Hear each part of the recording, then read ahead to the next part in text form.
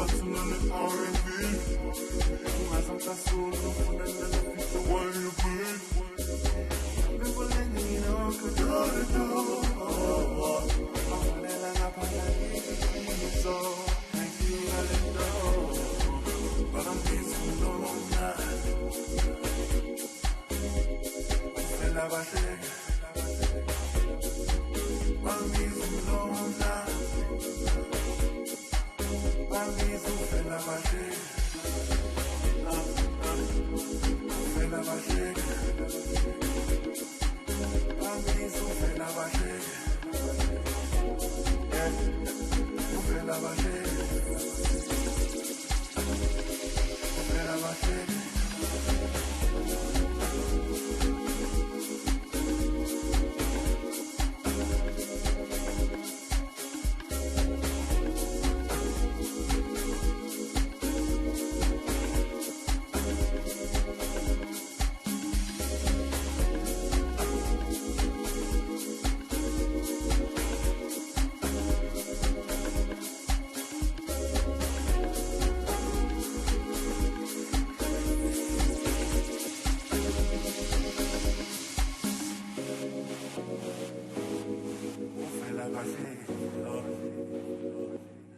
Bangizo fela bahleki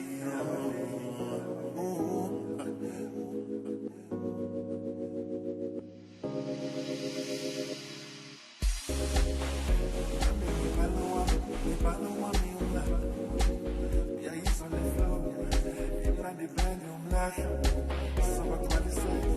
Sobagcwalisela ngesikalo Bathi indlela sisondeze duze ukuthina Abamehlo masebenze kanzima safezeke sami isifiso Isimo kuvala kupho manje ngifika izinto Bangisa umlomo mnandi Ufela bahleke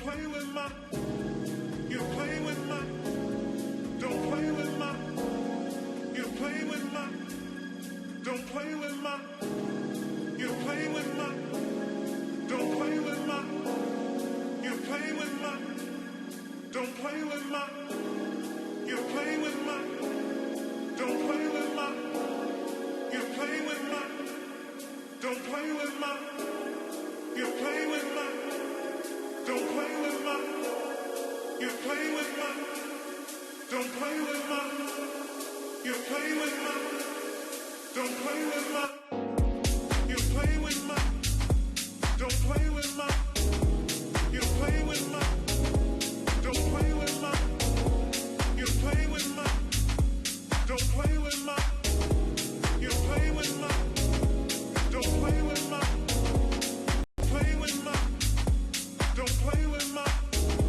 you play with my, don't play with my, you play with my, don't play with my,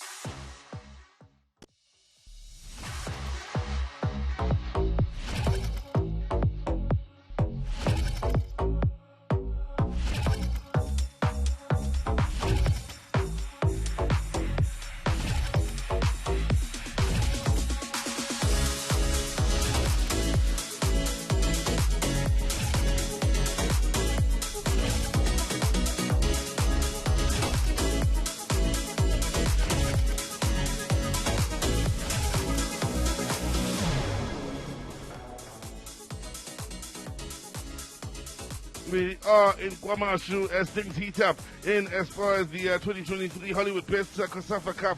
We moved there yesterday, plenty of drama upon our arrival in KwaMashu. That was in Group B matches, of course, being concluded in as far as the second round of matches. And now we look to move things along as we look to conclude matches in as far as Group A and B in the third round of matches and conclude the group stages. Welcome to it then. It should be a rather interesting day here as things continue to move along at a fast pace now, and we get closer and closer to the business end of this year's Hollywood Best COSAFA Cup. I am Caesar Mapena, joined in a commentary by William Shongwe. And Shongwe, exciting times here, and the drama will be non-stop from this point all the way through to the end. We're very excited, Cesar Mapena, that it has gotten to this point whereby we're still not sure who's going through and who's not, and that's what makes this competition very exciting. And I can imagine the excitement levels as of today going forward, because today is the day.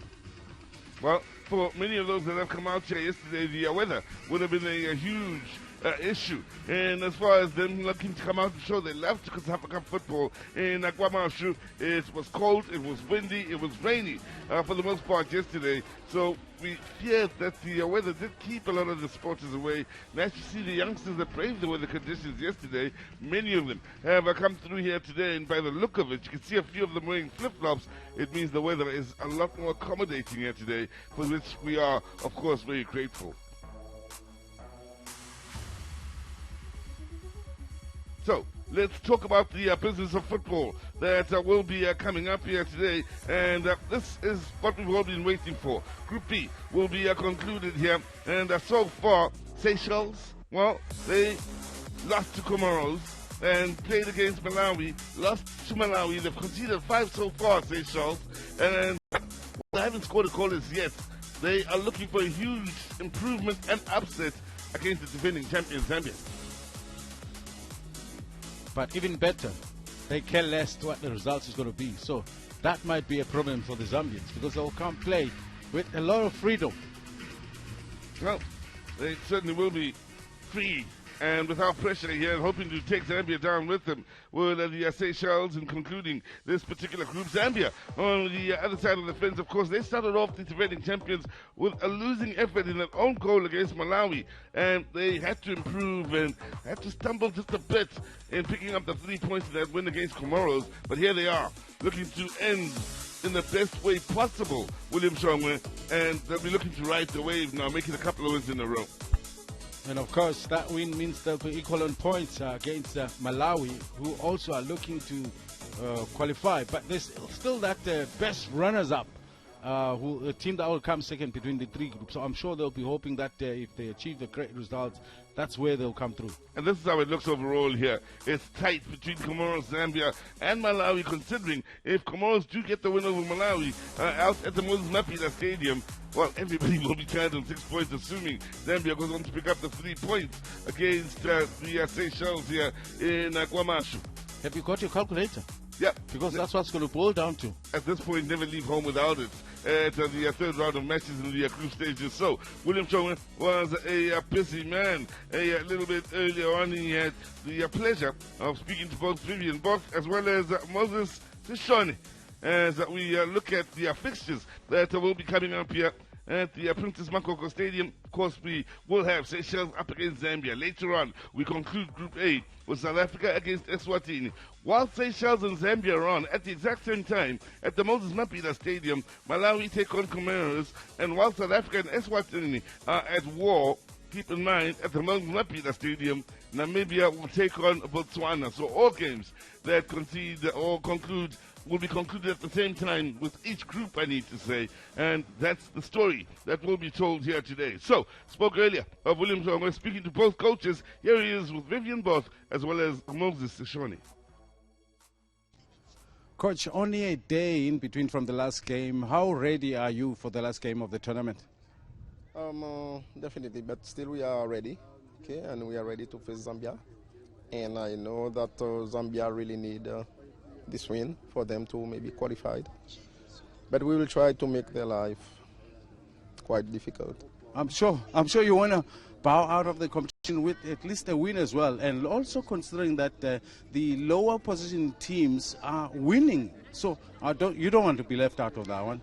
Yes, like yesterday, Mauritius will Yes. win. So everything is possible in football. So why not us also do the same against Zambia? I can see you've made some changes, but also even positionally, I see Mele, who plays in defense, has now been pushed into the middle.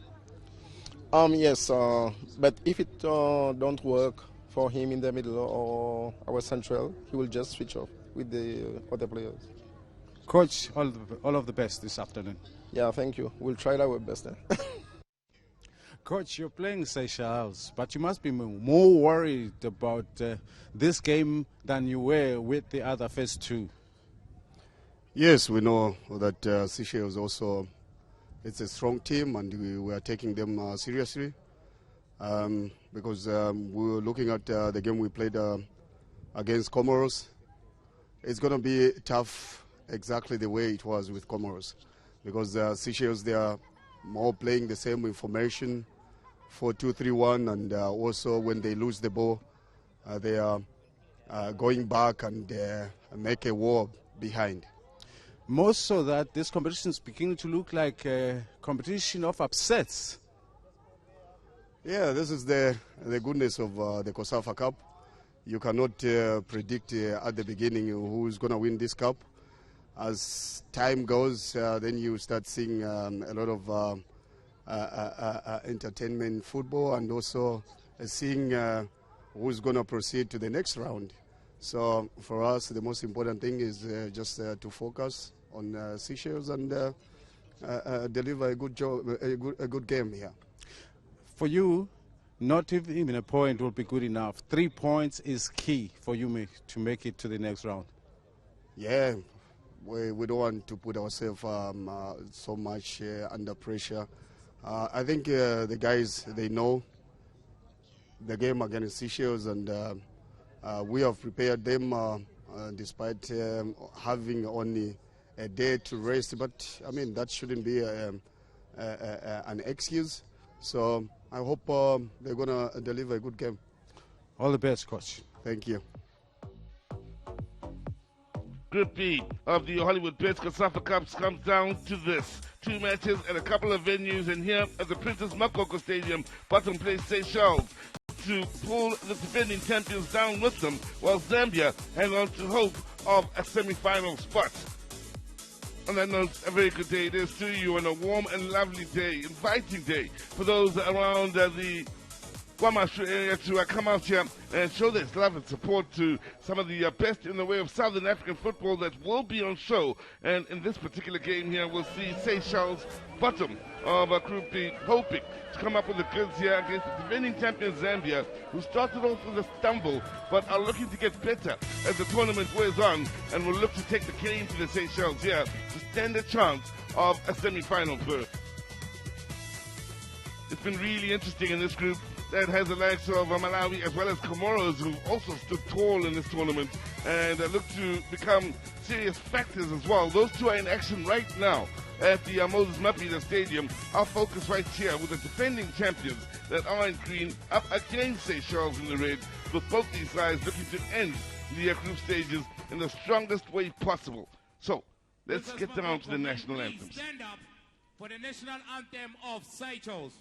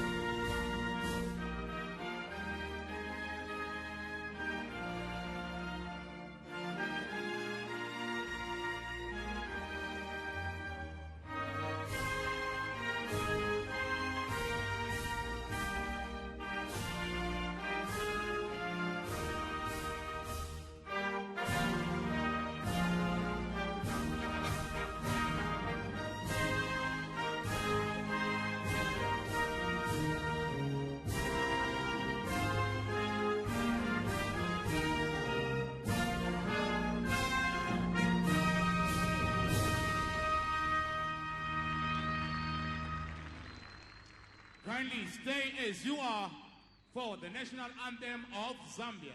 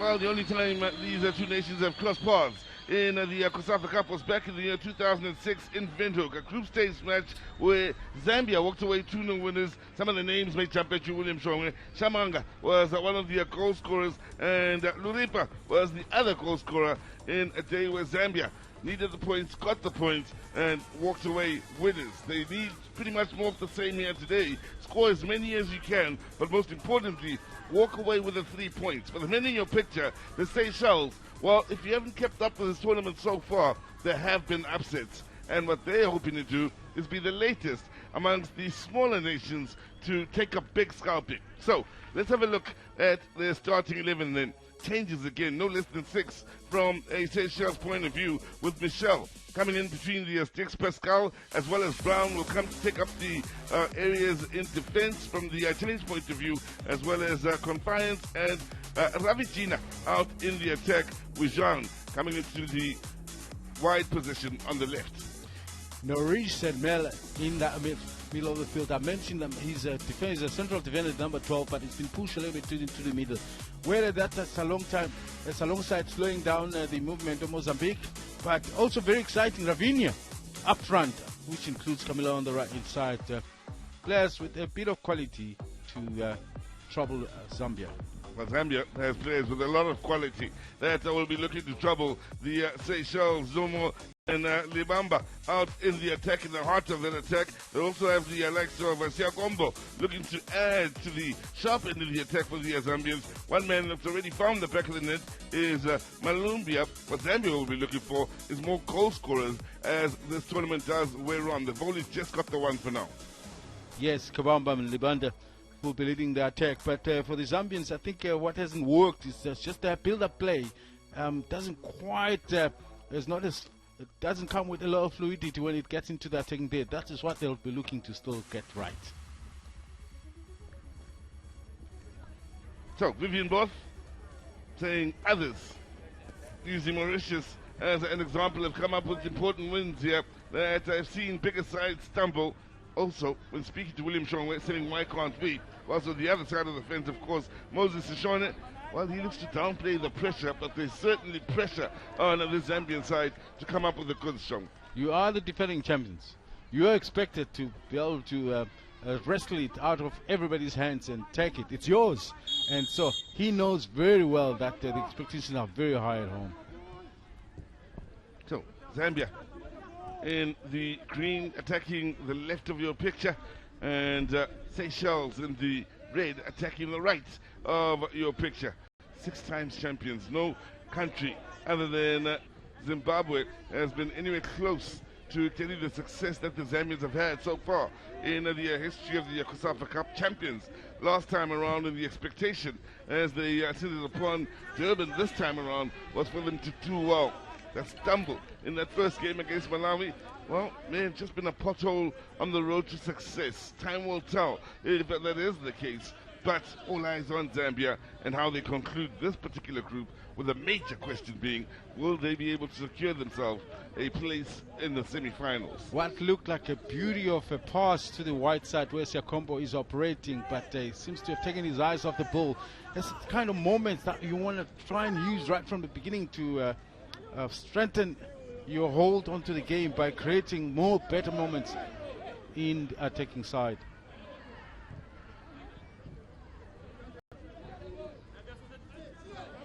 Now, Seychelles here with a chance to get some numbers forward. Good movement here on this near side.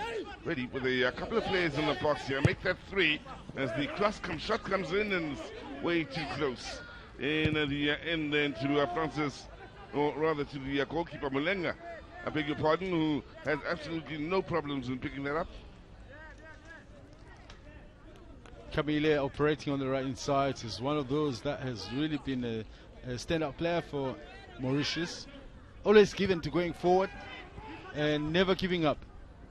Today, behind him is not Mathieu, who has been operating, but Pascal has been shifted from the central position to the right fullback.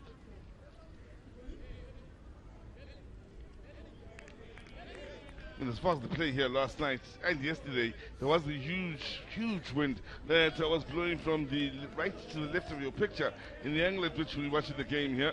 There's still a wind blowing in that direction, but it's nowhere close to the effects we saw yesterday. So the wind not as much of a telling factor as what we saw yesterday. In fact, the conditions aren't as much of a thorn on the side as they were of the teams that were in action yesterday. Today is more a day where you can put the ball down and play to your heart's content. It doesn't get any better than this. Yeah. And very warm, which is what you need as particularly in the beginning stages of a game. You don't want to take too long to get going. So the temperatures like this helps you to get going very quickly. It was cold, it was wet, it was terribly windy yesterday. Bitterly windy. Even when the rainbow did pop out for a little bit of a while, it looked as though the rainbow was taking a bit of a beating up against the clouds, so that's how cold it was. And today is almost completely different from yesterday, which we welcome. And the sides, of course, that are in action out there will be more grateful for the weather being what it is. Zambia here with the chance of the throw-in, hoping for the near post flick on. They'll settle for the corner, stay on the front foot here as the big men continue to go into the attacking areas. I hope for that little bit of a drizzle has helped soften up the ground a little bit. You can see it's pitching. I'll tell you the reason why. Good number scored here for the Zambians, and in the end, under pressure, a tremendous amount of pressure. The man between the sticks, Michel, did so well to fist that clear when they were all over him. The likes of Shabalawe in the number 21 jersey moved in from a central defensive position, and well, talk about it getting physical nice and early.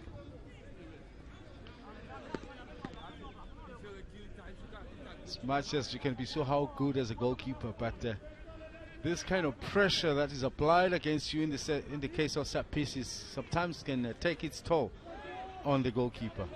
I mean, Siakombo operates on this left wing or left attacking midfield place is the one that got stuck into him from underneath. He's not the biggest, but he used his weight against the goalkeeper to put him off a little bit. Well, looking at some of the top Zambian scorers in the history of this nation at the COSAFA Cup, you got the likes of Shanga with 6 goals, Besuma with 5, Tsofo with 4, Kambole with 3, Kilambe, Milanzi, another couple of players with 3 goals. I mentioned James Shamanga a little bit earlier, 2 goals he scored for Zambia at the COSAFA Cup. Now you're mentioning Milanzi. That's the Milanzi I was talking about. I saw another player from the Zambian side who came in one of the games, Harry Milanzi. Yeah. And this Milanzi you're referring to is also Harry Milanzi. Oh, Yes. That's why I was like, you're wondering if one was named maybe after the other? possibly In maybe it's admiration? Junior, something. Possibly. And this some of the homework that maybe escaped me. It would have been nice to have come to this game having done that little bit of investigation.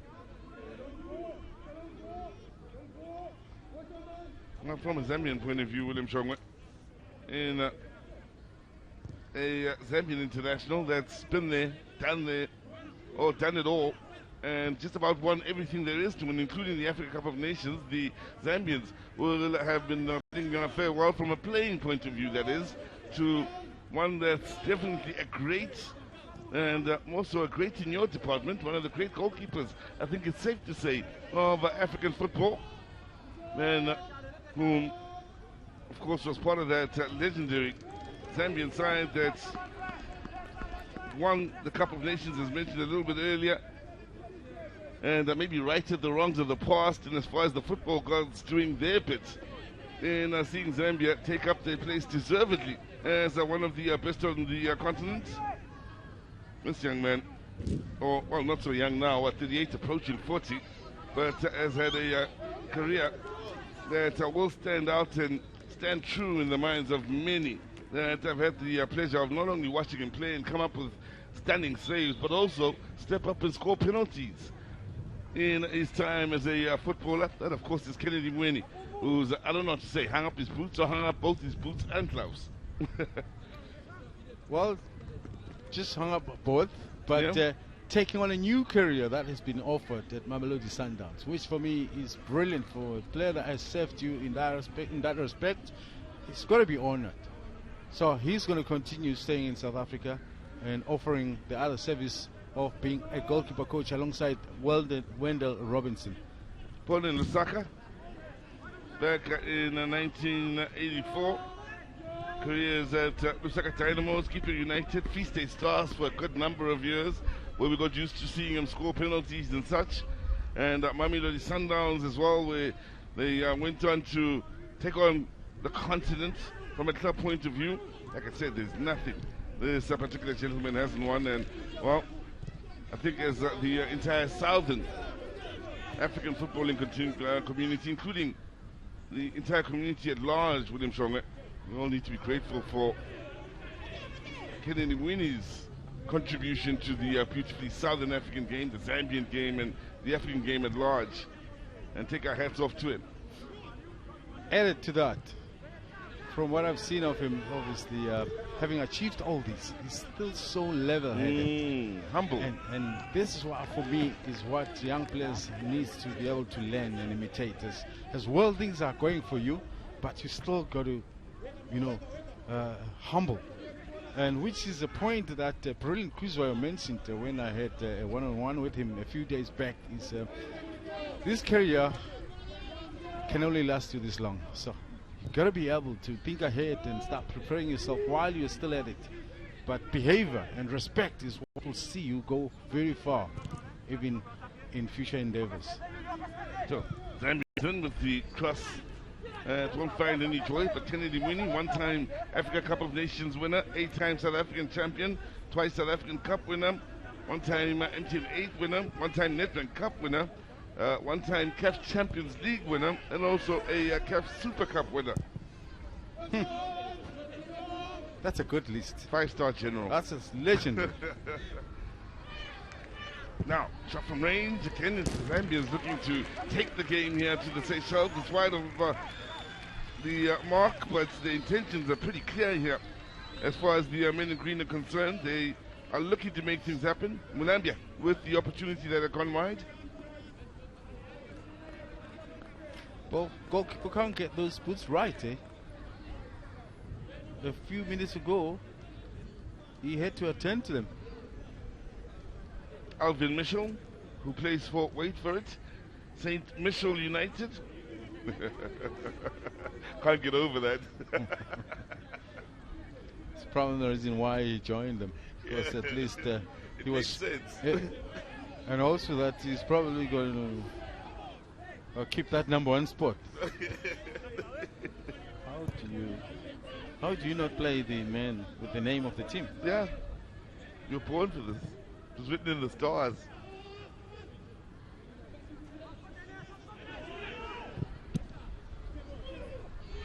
Good hard running in from the Zambians, left and right three. Oh, stretching that defense. Here's a chance!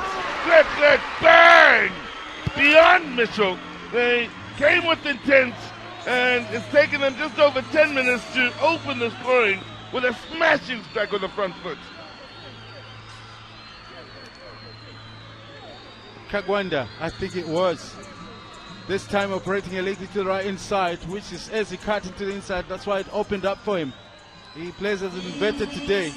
And initially I thought maybe a little ambitious of him to make that attempt, but listen, he got the sweet spot and that ball flew like never before. I don't think we've seen a striker like this, except of course maybe from Juja of the Comoros. Brilliant strike. Oh, he hits that well. Finds it in stride here, so and once it's beaten, the defender only has one thought in mind, that's to blast it beyond Mitchell. And in so doing, Kagwanda, yes, the Zambian fans that have turned out here in full voice, and Zambia up and running. 10 minutes is taken for them to open the scoring. Question now is, will they keep going? Here's one thing that I want you to remember and know going forward. I've been talking to the coach about that first game performance in a competition of this nature. You know, the competitions are not all quite together.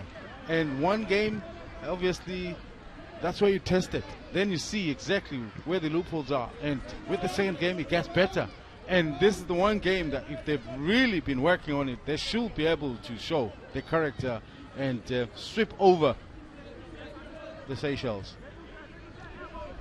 Keep in mind, with every goal that's scored, either here or during the course of this 90 minutes out at the Moses Mapida Stadium, it'll change the group and how things stand. So, William Chongwe, as things stand right now, it's Malawi on 7, Zambia on 6, and Zambia looking for goal number 2.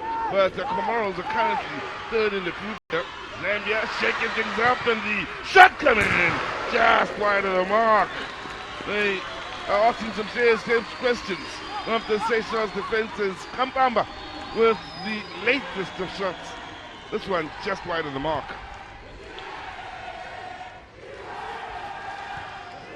Each and every time I see the team playing this fashion, it reminds me of the Zambia of old. That is how they'll dominate the opposition, whether home or away. And it's flood, and after floods and floods of attacks is how they play.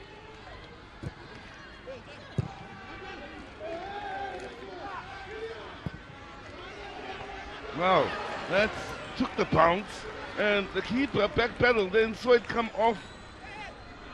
I think the keeper, and then the crossbar out for the corner. He's claiming he didn't get a touch, Michelle, but well, he got it completely wrong. This is a little bit earlier. The shake-up of that defense to create the yard for the shot with the left foot going just wide. Now, the Zambians with the corner taken. Another corner it will be. Talk about a positive start inside the opening 15. They're keeping them pinned right back here. The Zambians not letting up after having grabbed the lead. That's how you can profit from a lead, by continuing applying the pressure and not to allow the opposition to settle down to any form of rhythm. Keep them on the back foot. Again, Michelle will feel the pressure, concede another corner. This time it very nearly went in directly from the corner kick. Excellent intervention from Michel. It was dropping inside. And luckily he wasn't sold out to think that ball is going to maybe wander into the 6-yard area. That's what goalkeepers do sometimes. There's still a bit of ground in anticipation for a wide take. Fourth corner, defended on the near post. Another corner it will be. It's what, a corner with 15 minutes gone by. It's a corner every 3 minutes. At the rate at which they're moving along. Fifth corner now.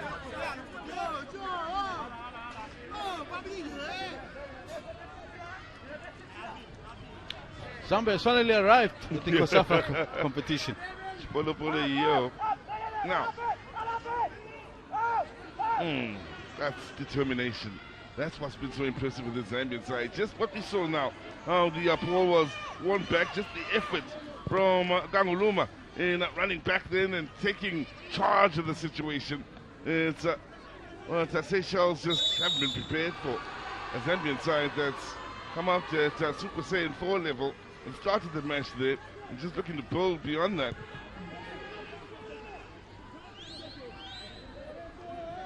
The last thing you want to do is the Seychelles is to try and release the ball way further up, but you know very well in no time it will be back because the numbers up front, they're not so convincing.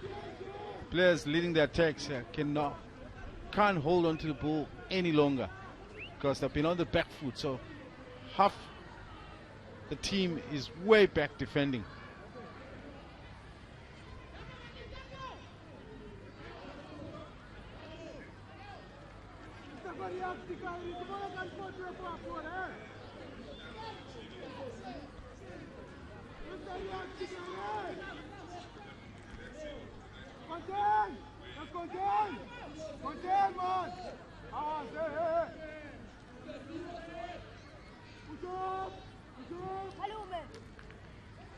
Now, the Zambians again pushing forward over that halfway line with some serious intent.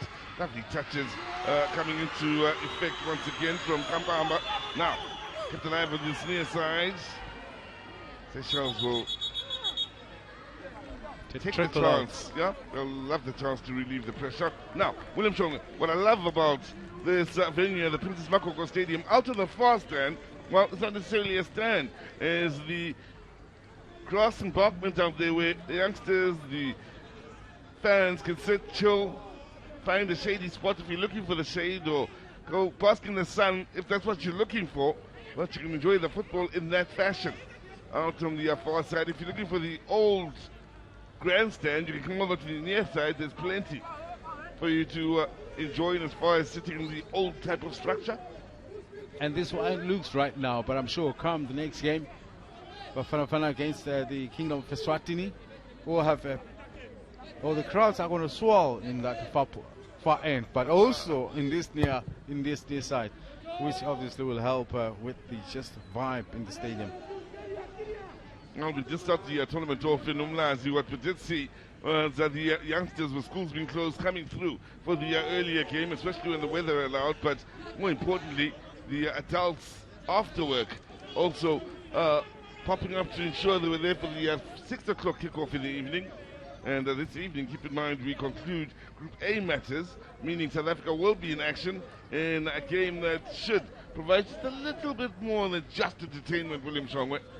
A must win, and the fans should be out in their numbers from both nations, which should be nice. Must win for both. The Swatini would like to make it 6 points now to put themselves in a good spot for that best runner-up. That one is always on the cards. Who is going to come up with the best goods to join those 4 or the other three in the semi-finals? Keep in mind, if you haven't kept up with the group, it's a different way of operating this time around in the format of the tournament. 3 groups, top 3 sides to march on through, including the one best runner-up. Set piece to the Zambians again.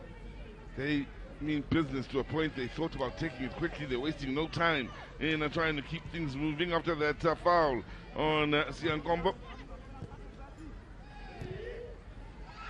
Tell you who is busy and who has been impressive, William Shongwe, in the early exchanges of this match. It's the man wearing the number 7 jersey for the Zambians, Kambamba. Shot comes in. But the Zambians are coming in from all angles here. Next shot coming from the goal scorer. Angwanda. Alberts plays for Red Arrows Football Club, his 3rd appearance.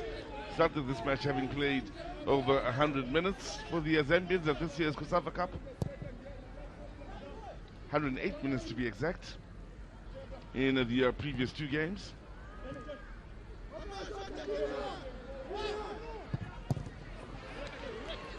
hardly seen much of the Seychelles in the way of the front foot. They've done so much work back on the defensive end of the game. They've hardly been given a chance to push forward. Here they are defending once again as the Zambians are unable this time to keep the pressure on. The right back in Pascal is having a double problem there. You got Siakombo, and then you got Kabamba, who's joining in. He drifts a whole lot more from his central striking position. He's playing just behind Kabamba, but he drifts a little bit to the left in support. So he's got two facing him most of the time. If you talk Pascal as the right fullback. Here's a man who's controlling the tempo of the game quite beautifully. Creatively, he's been on the money and, well, dictating matters here, left, right, or straight down the middle for the Zambians. That, of course, is Kambamba, as I mentioned a little bit earlier. He's had a great tournament up to this point. Now, byline, the ball in, needs a nod on the far post, slightly overcooked. With strength to work it away from the danger area, but such is the pressure that the Zambians force the error and get the ball rolling once again immediately.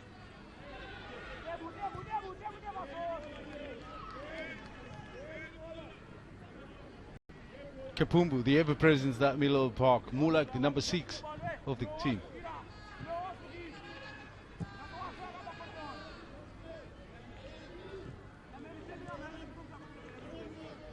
Patient are the Zambians for the time being, waiting for the right run to try and pick out in creating space and stretching the men in red.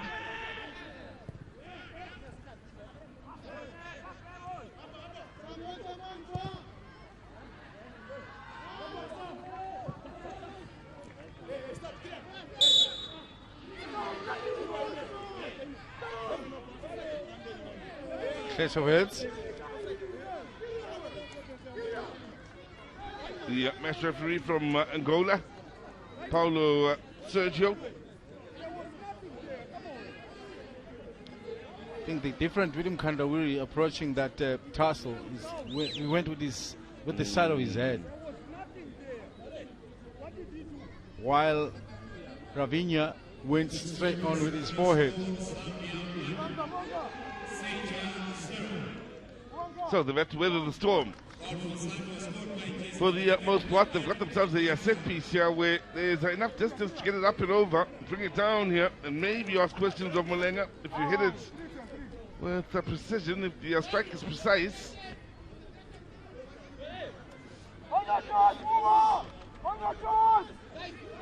Seychelles looking to pull one back and make life interesting for the neutrals watching on.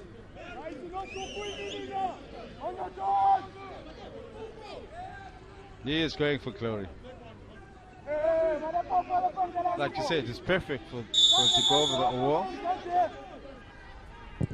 Over, but doesn't have the dip to the end of it, including the fact that the keeper would have comfortably shuffled across then to get in line with it.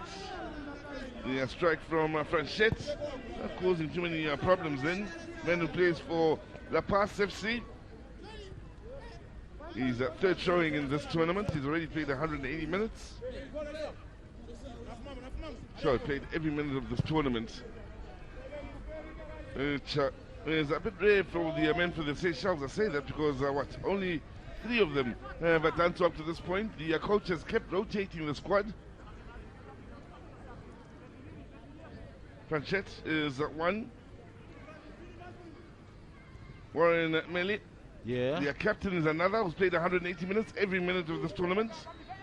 And also Norris Ricky Kenna is the other player wearing the number 13. Those are the 3 players that have played every minute of this tournament so far from the Seychelles. Everybody else has had to share the load. There's been a number of changes in just about every game played here.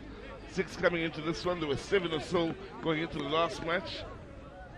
Even the goalkeepers have had their time on and off.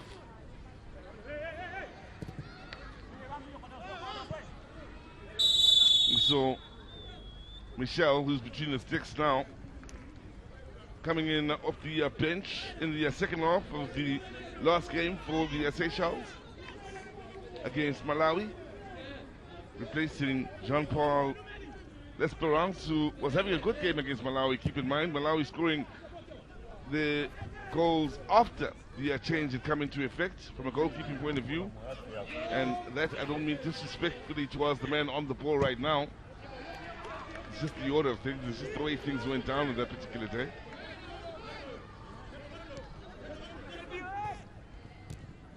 Excellent 1-2 then. In the end, they don't quite get it right going into the box.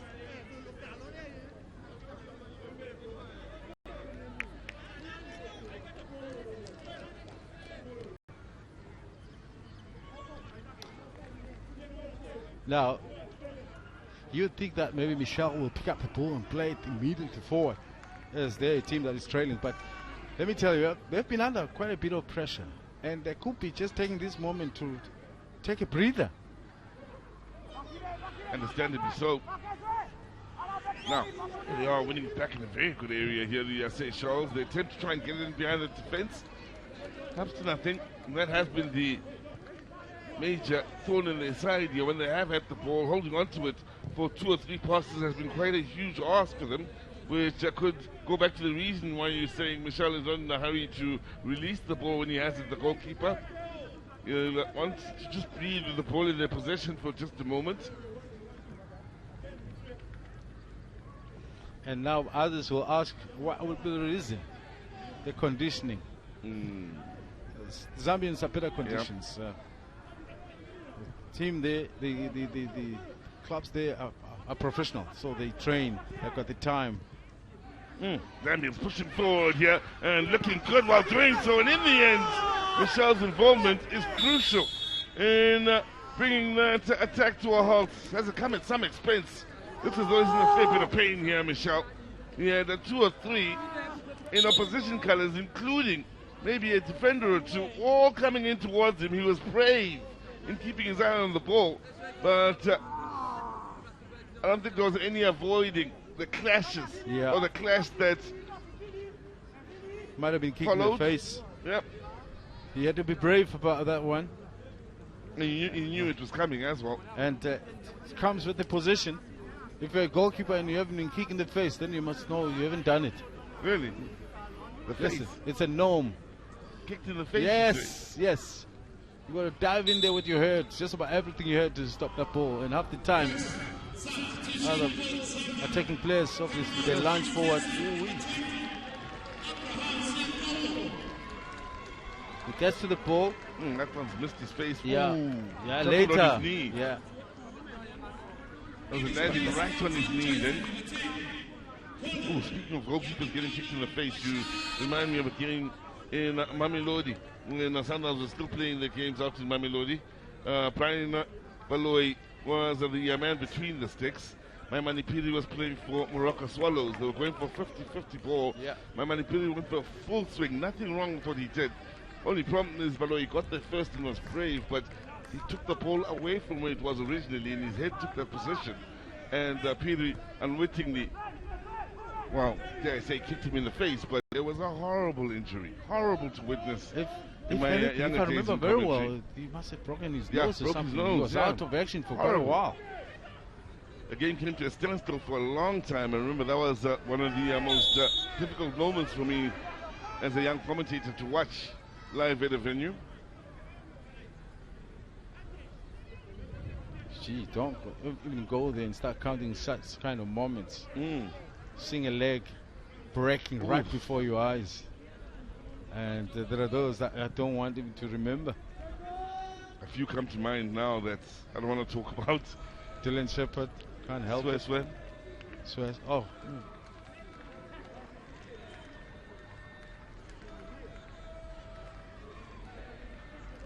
So, this point is the Zambians very much in control of their fate, doing what they can to earn themselves a place in the semi-finals, leading Seychelles by a goal to 0. Kangwanda, the man who's found the back of the net, if you are just joining us, And things are happening. William Shaw out at the Moses Mabhida Stadium. Malawi have scored, I'm told, from the penalty. Kawonga. The man that's found the back of the net for the Malawians. So, Malawi came into the game, they top in the group. As things stand, they now move on to 9 points. Zambia battling now for best second place team. Permutations. Keep in mind, we may only be able to conclude things properly come tomorrow once we've had the last of the groups in action, which is Group C. Today we'll conclude Group A and Group B.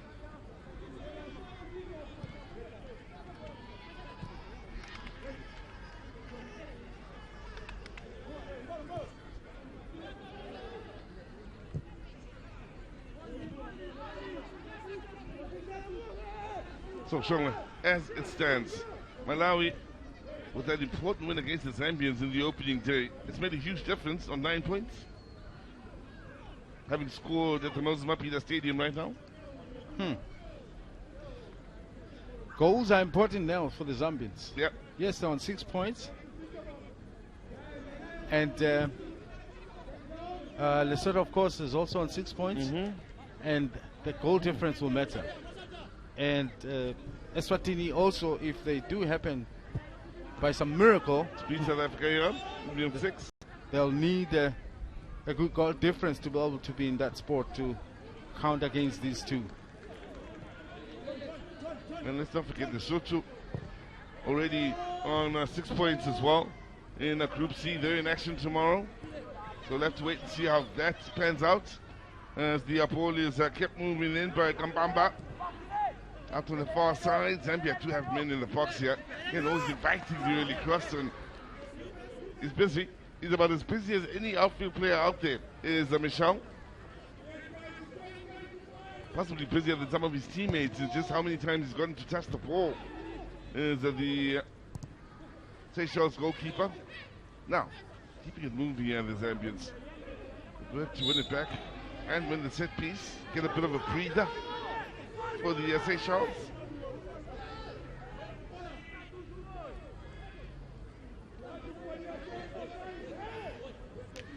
And this type of breaks give them the chance to actually help move players that are behind the field. And which is why it took it long, because there were a few red shirts looking to receive that ball, but didn't go too far. Still there.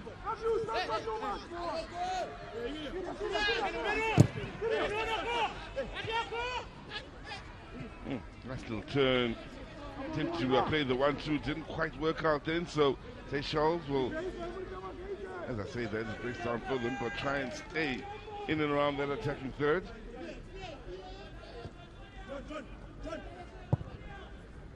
Simba down the line here, and an off the ball incident is the reason why the whistle's gone.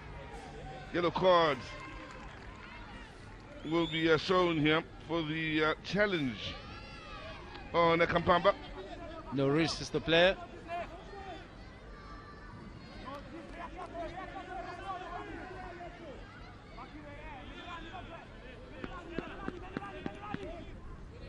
It's quite telling us to the work they're having to put in on the not so fun part of the game. And such fouls are being committed now where you are fouling the man who's not even on the ball, William Shonga. If you're looking at the run he was making, Yeah, it was gonna hurt. yes. So it's like if I can afford to slow him down, because if I don't keep track with him, he might be the recipient of a pass in a more dangerous area. It was the third man running in that case. Here he is with the shots! Oh, Michel with a save to deny Gambamba. Kept alive in the far side. So the Zambians looking to extend their lead again. It's Michel on the near post. Point you made earlier that he's probably the busiest of all the players of in terms of goalkeeper. I mean, if you had to bring in Mulenga, he's nothing to do throughout the 30 whatever minutes that this game is played. 35. I suspect some of his teammates haven't touched the ball as much as he has, and they're outfield players. As much as Michel, the goalkeeper, he's getting a touch in every couple of minutes.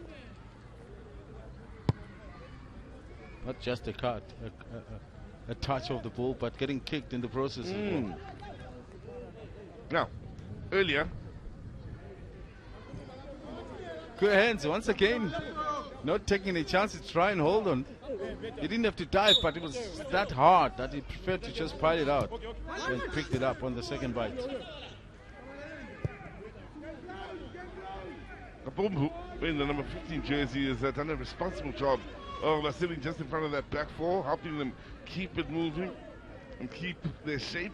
Here he is on the ball now. There's the deep-lying midfielder. Simba looking for the 1-2. Left and right backs are always looking to push forward into the final third and on the overlapping run.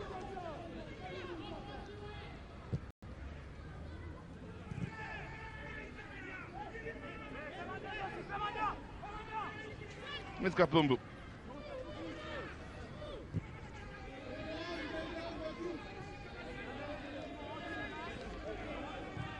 So for the Seychelles, the top goal scorers in the history of the COSAFA. Zielo with 4 goals. That's of Anakura in years gone by. The biggest win was a heavy win, 7-0 against Mauritius. Some years ago, they took 6 against Zimbabwe back in 2017.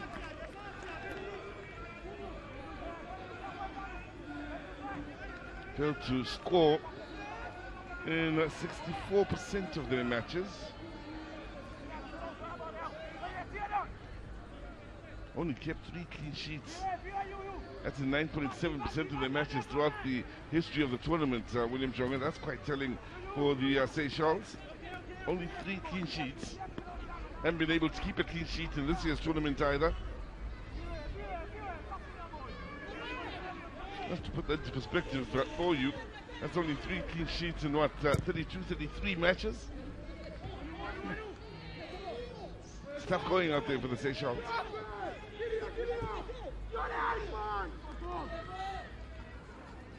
Now, getting numbers forward here. Early ball. Going into the game, as a coach, you're looking for certain things that maybe will tell you that the team has improved. I mean, one, obviously, is the main results, a win or a loss. Yeah. And you can escalate it to how much you're able to hold on to the ball or number of entries you made. But now, you have to scale it down to goals if you're able to score a goal. It gets worse. I mean, then you must know, if you get to that level, you must know that I couldn't see. Well, let's put it this way. They've only won 1 match of the 33 they played in the history of the COSAFA Cup and the Seychelles. That's how bleak things have been and how tough things have been for them coming into these championships. 2-6. But the problem, excuse me, how many goals did they score that day? 7, I think. Yeah. That was. You have to ask who's. What happened? I mean, from scoring 7 to scoring nothing in so many games. Who's the opponent? It was I think Mauritius. it's an important question, and it's Mauritius. And I say that respectfully. That was back in 2008, by the way, really. Took 6 against Zimbabwe in 2017. Failed to score in 20 matches ahead of this tournament. Add another 2, it's 22 now. And if they don't score in this match, it'll be 23 matches where they've failed to score. Keeping in mind they played just over 30. They played 33 matches in total. It's not a nice term that we've heard over the years in football, but some teams are seen as the whipping boys of certain leagues or certain tournaments. I think you'll be excused if you refer to the Seychelles, because in many ways they are.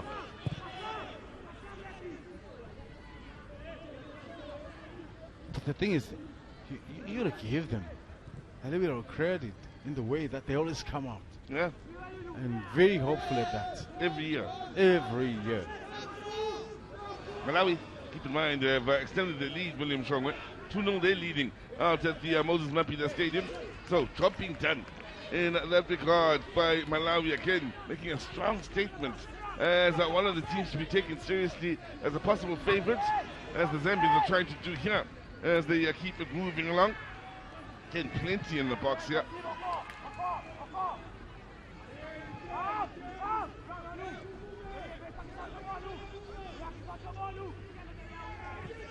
Awoluma. Shabala. To Chisimba. Interesting ball into the box. It ends up in the arms of Mitchell.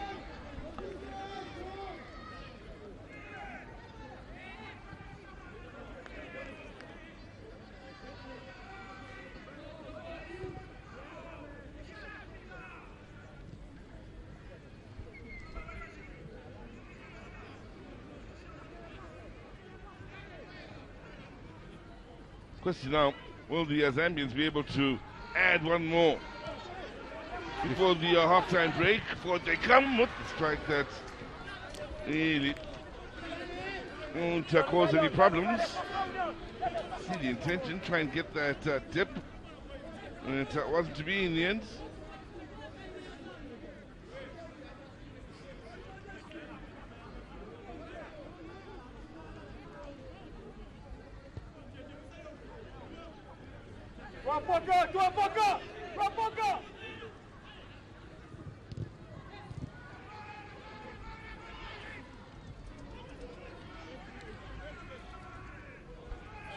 Kampamba, interesting ball, just too much onto it. Quite wisely, Michel allowing it to run on for the goal kick.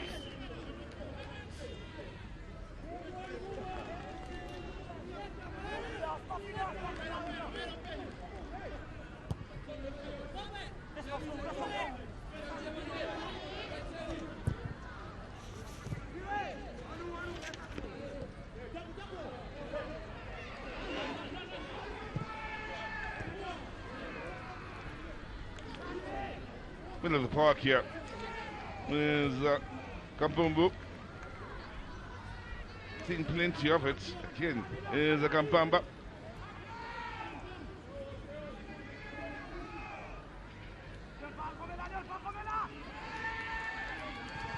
Now, and the ball in. Is it to be a chance here for the Zambians?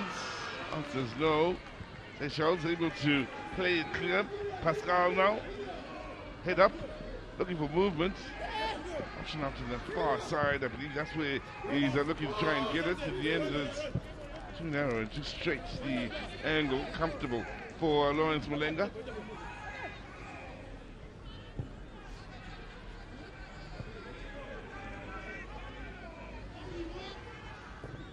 No wonder. There will be a minute added on to the end of the first 45. Good hard running here.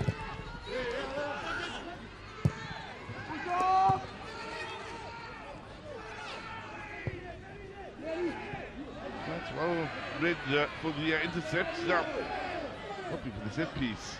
Or the Seychelles in the end, nothing going their way. Captain Melly was the man who picked it up in the middle of the park. Keep in mind, he is operating in the heart of midfield here today, rather than the heart of defense, where we've seen him operating for the last two games. Interesting ball and good save. Good positional play as well by Michel. Made up his mind early that he was going to leave his line.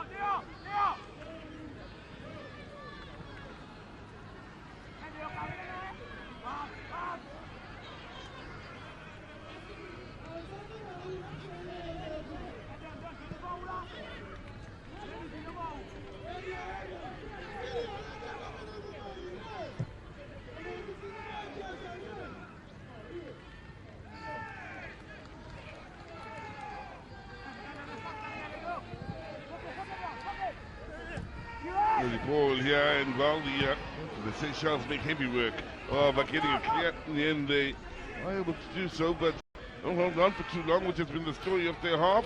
Zambians now pushing forward, trying to get in behind that defense. They'll get the set piece.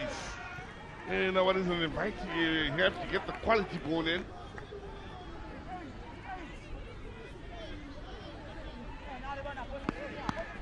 Simba, the left back. is the man in need of some attention here.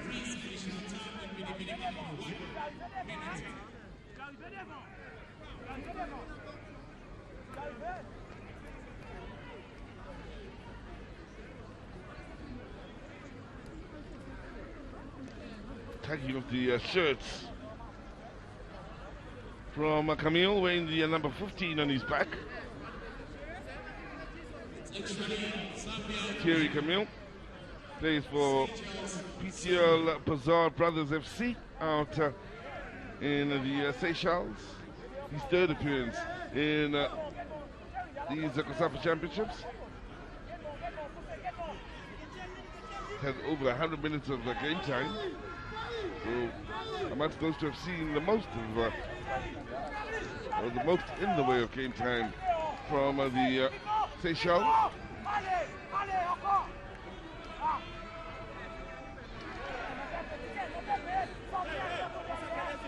Last attack of the half. Zambia leading by 1, looking to make it 2. A shot in the end, and Shaw again is positioned well enough here for what looks a comfortable save in the end. That is, in fact, the last attack of what has been a positive half for the Zambians, doing what they can here. Whilst Malawi out at the Moses Mapida Stadium are leading by 2, is Zambia lead by 1 here. And of course, will look to stretch their lead going into the second half, while Seychelles will look to get it together defensively and see what they can launch on the front foot going forward. Very much in control of the game of the Zambians here in this first half, and well, they have gone about business, lead by 1, could have been more, and look aside that could very well have 1 or 2 more in them before the end of the first half. At the Princess Makoko Stadium in Zambia, the lead the Seychelles with a scoreline of 1-0.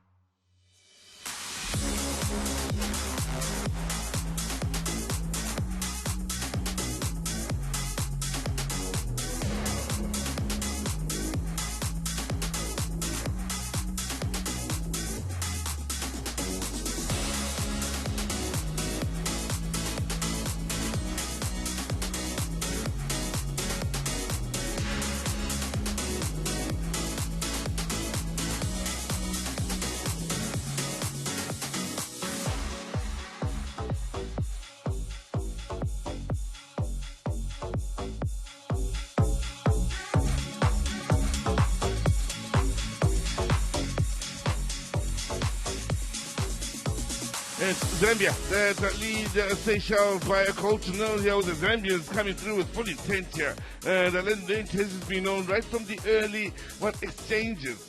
But what are we here to do? Score goals, pick up as maximum points, and hope to secure themselves a spot in the semi-final. So far, well, things have gone according to plan here. The men in green have been to full tilt, pushing forward, and this is their best moment of the half. Lovely first touch to get the better of the defender, and Kangwanda smashing it home then to get the Zambians the lead. Super first touch. Killer second touch. Zambia off and away.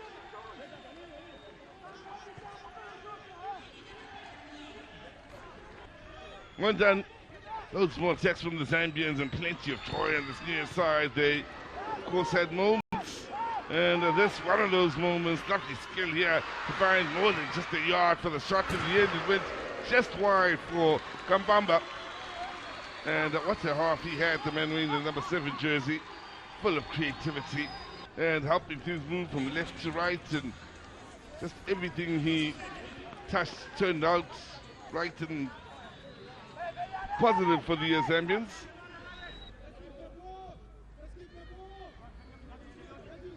Yet another attack coming from the near side, and yet another shot, this time denied by Michel, is Kampamba. It's amazing the accuracy he has from range. Our shot wasn't too far off. That one bringing the goods in the save out of Michel, who was the far busier of the two keepers. In fact, he was extremely busy, was Michel.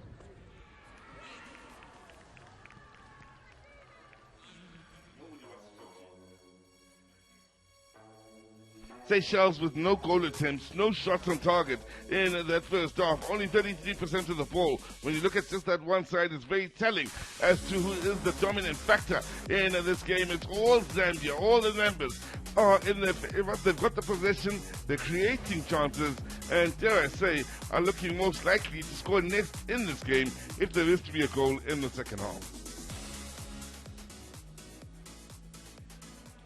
Senior Sponsorship Coordinator at Hollywood Bets, Indira Albuquerque, is here once again. This time around, she's going to be breaking it down to us in exactly what is the involvement of Hollywood Bets with the COSAFA Cup.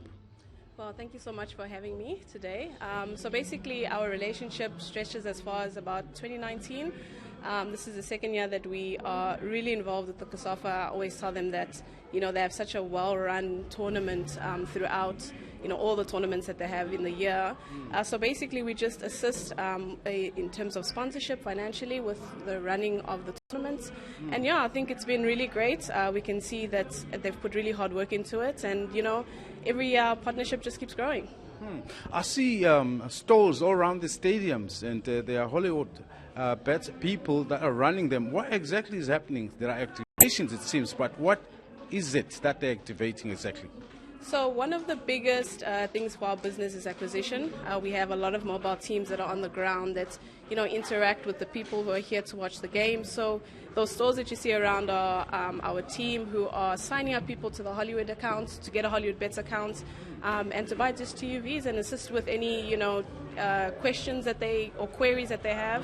Yeah. Second year running now, and you must be happy with what you have been receiving. In as far as the COSAFA Cup is concerned, the awareness that you're getting in when the games are playing? No, definitely. I think besides the return on investment that we get in the company, we know that, you know, these games really bring the community together, and, you know, our business is really passionate about, you know, the community and upliftment. And we know that these games, you know, now during off season for, you know, the other games, it brings, you know, a lot of people to the stadium, you know, enjoyment.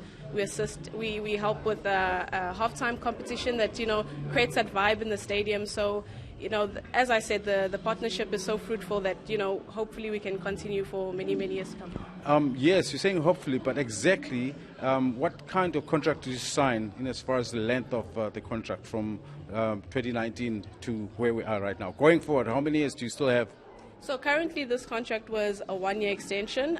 We're obviously going to review it after the last tournament, which will be the beach soccer tournament. I think it's currently proposed for the beginning of 2024. So after that we will review, sit down and see how we're going to assist going further.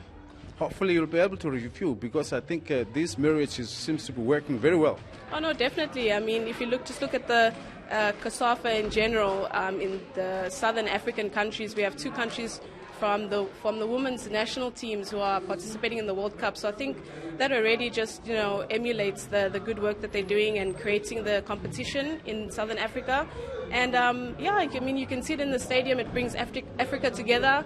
Everybody's here, shouting for their team, their nation. So yeah, it's good. Indira, thank you so much for your time, and hopefully I'll be able to talk to you sometime later. Oh no, definitely. Thank you so much. Well, they're having fun. The youngsters who are enjoying some time away from school and enjoying time at the stadium, watching some international football. We, of course, will be looking forward to the second half of Seychelles up against Zambia on the other side of this.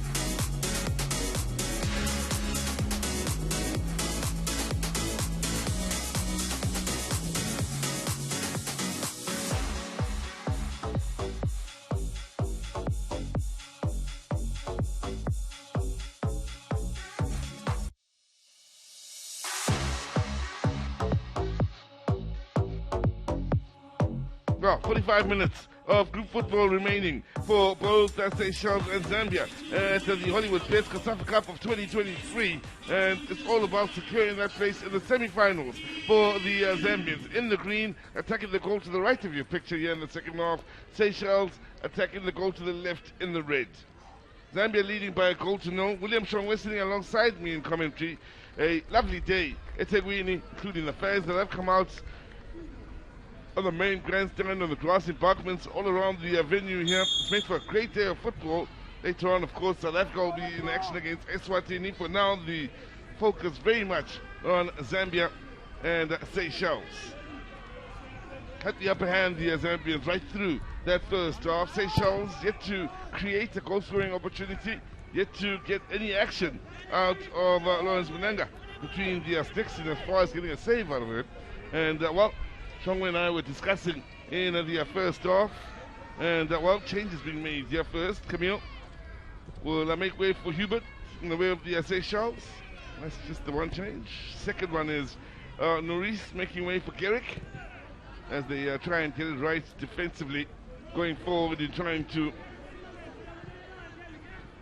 create some chances of their own. The Bamba will make way, Piri on in his place here. Zambia immediately looking to get onto the front foot. Early ball here, picked up on this near side.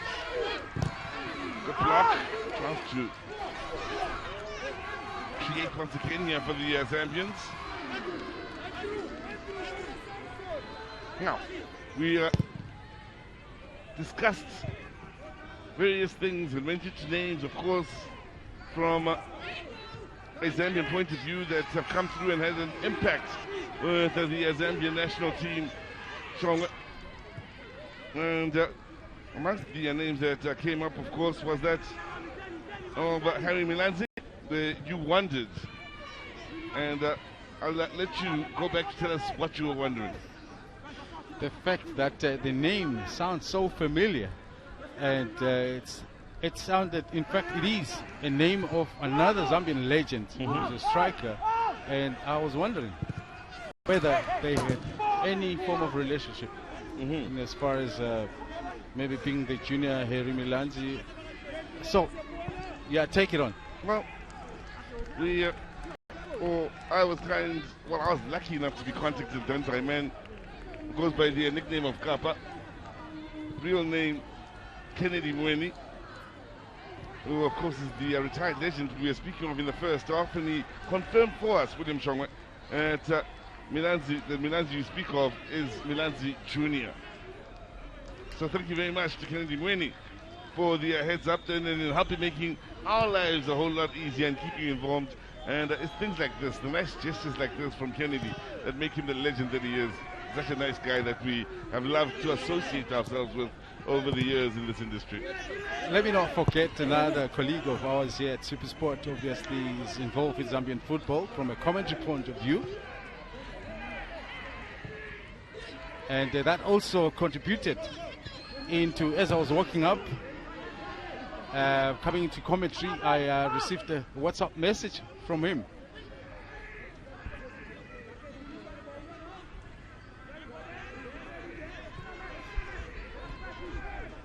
Tell you just now as we keep following the game for you. Yep, Zambians have it upright on their far side. Early with the ball in then. Nkonje, Matimba Nkonje is the player that is the man that I'm talking about, referring to now. He's obviously the main man on the mic in Zambian football at the moment. I worked with him one time in a semi-final game, CAF Champions League. Now. So you can imagine how excited I was just having that information confirmed. And we do appreciate you guys just to know that you are watching and listening as well. Please, if there's anything that you can add to just give us more value in what we're doing in some of these games, you're more than welcome. Thank you. Zambians carrying on here with 10 on the field. The man that's injured for the time being is the goal scorer in Kangwanda. In the meantime, William Shongwe out in the VIP areas. Zambians have their senior coach watching on, Avram Grant. First came to world fame when he, as a surprise, took over at Chelsea as the main coach. You remember 7 years ago, I think it was leading up to the 2010 World Cup in the years before that. Also worked with FIFA. Now, good goalkeeping. He's had a good game, Michel. He really has. Yeah, you say good, but as a goalkeeper coach, we don't coach that. I see And the technique orthodox. you used last time, you mean? Unorthodox of him, but Yeah, listen, most importantly is that he kept the situation safe. Yeah. That is first and foremost for any goalkeeper. Of course, for any youngsters watching, the man sitting alongside me, not only a great goalkeeper in his time down in Swaziland or Eswatini, as it's known these days, and then in South Africa with all of the big sides, right? Yes. Chiefs, Pirates, Swallows. Swallows, Morocco Swallows. Morocco Swallows, the originators, of course. You were an agent, correct? Eh? You were an agent. But anyway, went on to become a goalkeeper coach to some legendary keepers. In his time, he's worked with men that have gone on to have international careers, including one of the goalkeepers that's here at the COSAFA Cup with Namibia, some international from a South African point of view, and many other goalkeepers, of course, throughout his career. One thing he does preach and stands on, William Shongwe, is goalkeepers keeping it simple. Dot your I's, cross your T's, keep it simple. Everything will follow after that. Technique. Yeah. We didn't have this privilege of being coached and about the right things to do. We were naturals. And I'm just trying to imagine. And obviously my head off to all those that did the trade during our time, who had no coaches and yet were standing. And so I'm just trying to imagine, we could have maybe done even way better than if we had some of the coaching that is here today.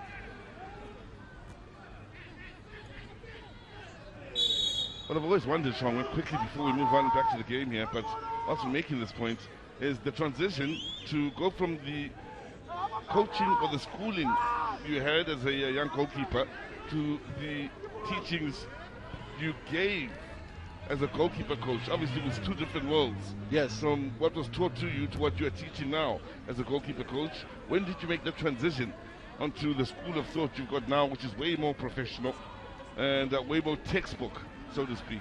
Yeah, that's a term, textbook. I had the privilege of working at Kaiser Chiefs during the days of Brian Baloyi, Rowan Fernandez, Emil Baron. And Kaiser Chiefs gave me the privilege of bringing the legendary goalkeeper coach Reina Tinkalaika, who I spent 3 months with at Kaiser Chiefs to get the basics. And of course, I've continued to grow on my own and just learning in the field, which is a big part of any coach. Yes, that was the turning point. Yeah. Yes. Appeals for a handball given out on the far side. Was it in or outside? I think it was just outside. Just.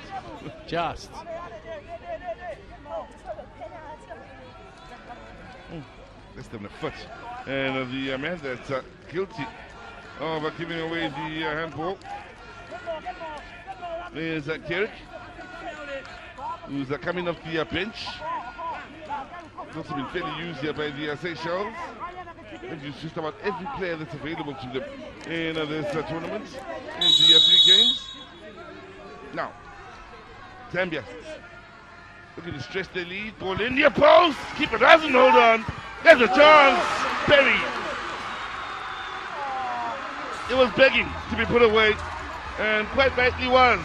In the end here, as the Zambians go on to score goal number 2 and make life a little bit easier on their road to grabbing all important 3 points. Looks as though it's Kangwanda again. We will confirm that for you. In fact, I'm told is Kwangoluma, the central defender, who would have pushed forward with the simplest of tap-ins. Quality tap here was eventually, but the goalkeeper had to do quite a bit in trying to avoid that.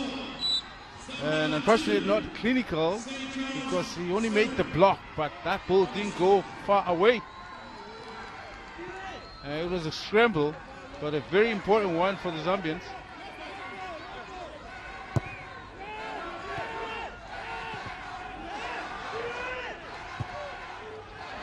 Did well here.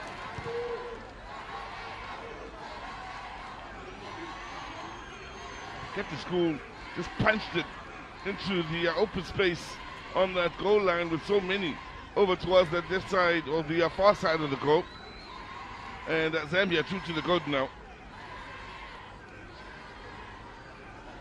Zambia leading, comfortable. Last we heard from out at the Moses Mapida Stadium, Malawi were leading and comfortable.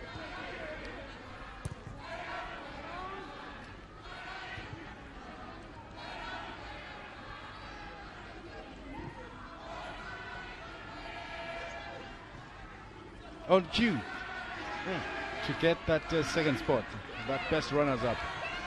Flowing football from the Zambians here. There's another chance coming up. It was flowing football. It was beautiful. It was a wave of Green going forward into that box, and in the end, Mbamba just couldn't get it on target, but it deserved more than attack. Rolling towards him, and he's standing in one place. Sizwe Mabena, I've seen this just so many times. If the ball is going to come to you and find you standing, that ball is more likely to skyrocket to higher above the post.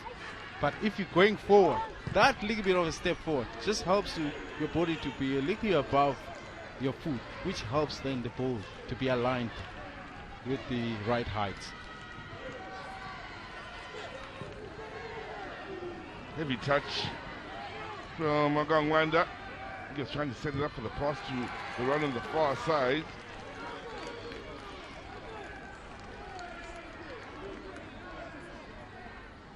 So, again, 3-0 or 3 goals in one match. On the most we've seen so far in the various matches as we look at the group here and look at how things stand. Malawi with a 100% record. Zambia, after stumbling against Malawi, they've responded to the best of their ability. They haven't dropped a point since, by the look of it. Won't be dropping a point here today.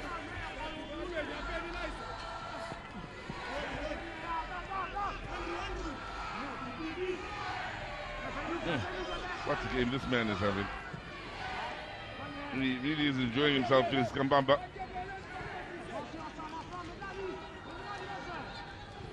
Also asked questions of Michel on 2 or 3 occasions in the first half. He had that opportunity earlier in the half year that went high of the mark just a few moments ago. There's a lovely pass he's brought on towards this near side. He's enjoying himself.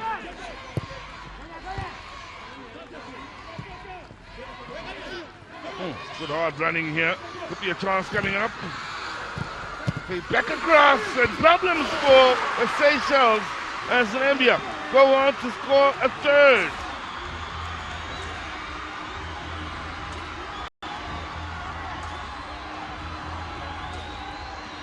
It's Mashata who's popped up just before the hour mark, Shongwe, and with Michel doing all he can to keep the Zambians at bay, is being overrun by the wave of green that's constantly coming at him. Unfortunately, trying to save from across makes it difficult for him to hold on to it. But numbers, what has made the big difference is just the conviction that the Zambia are playing with, getting to that area with numbers.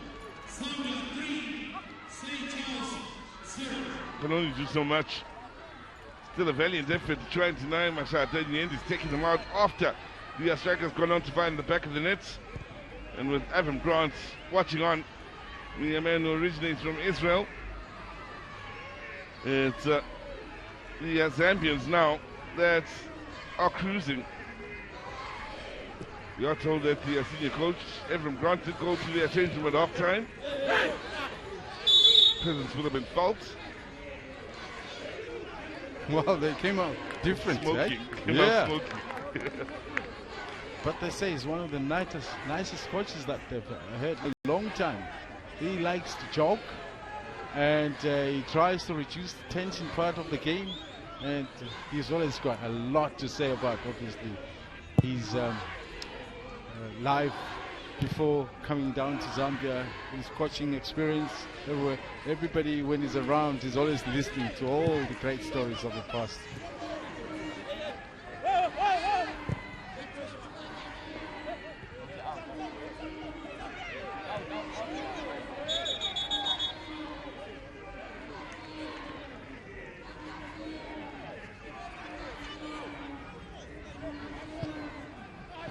Man who has spent the majority of his career coaching and managing in Israel, winning a number of National League and Cup victories with different teams. Also been in charge of the Israeli national team as Avram Grant, born in Petah Tikva out in Israel back in 1955, well into his 60s now, and who's coached Hapoel Petah Tikva, Maccabi Tel Aviv, Hapoel Haifa, Maccabi Tel Aviv again, Maccabi Haifa. I think there's been a South African two that have played for Maccabi Haifa. Israel, Chelsea, Portsmouth, West Ham United, Partizan Belgrade, Ghana, as well as North East United. I mentioned he was technical director of PEC Teros Asana. He's also worked with FIFA.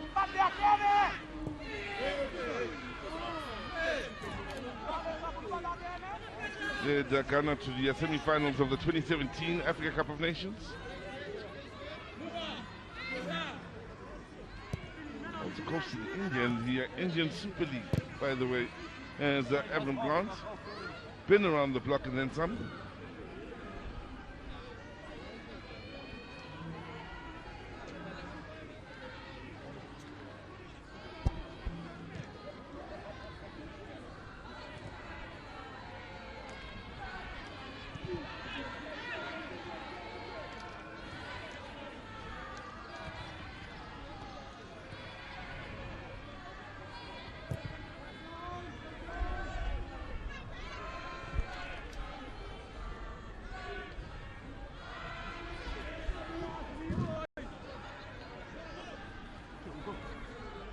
Now,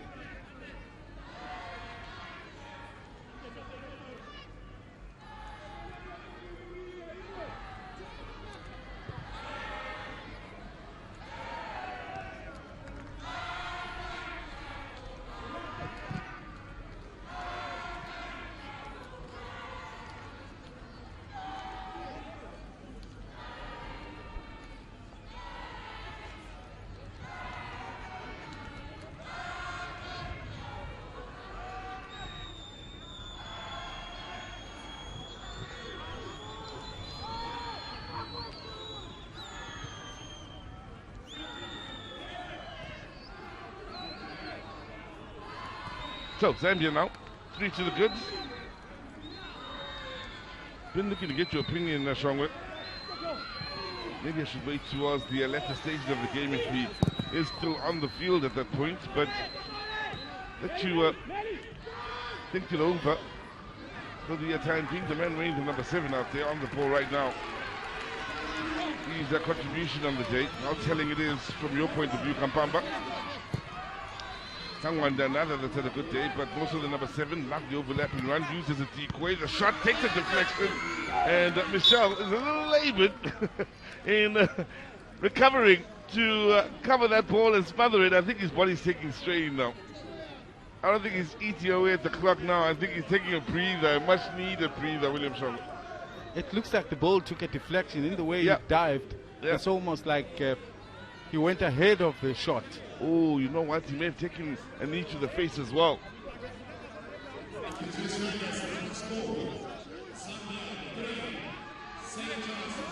You mentioned these sort of injuries, William Shaw. As he gathers the ball and covers it up, there's a Zambian that's coming across, and I think there could have been a knee to the face. That's the reason why he stayed down. So I take back my words earlier about him needing a breather.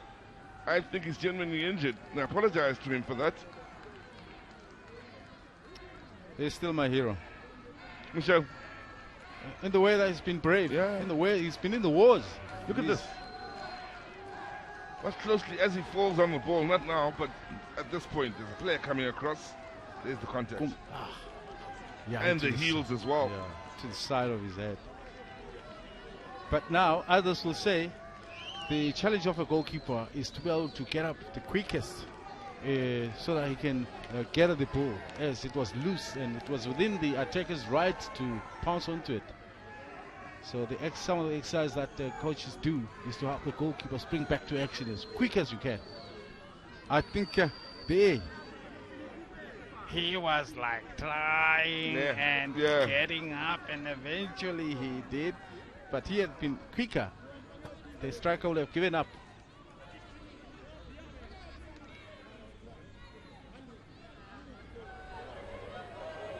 Well, he was hopeful coming into this game. Was Vivian board? And like you and I agreed a few days earlier, we live in hope, William Shongwa. Indeed. Like I asked him, if you look at all the other teams that didn't have a chance against some of the better teams or position teams in the region, and yet they were able to get wins. Mauritius, Eswatini against Namibia, and I think at a time when Namibia was flying away, having played so well against Bafana Bafana. But it happened. So he wouldn't have been fooled to think that it can happen to him as well. But it's proving to be very difficult.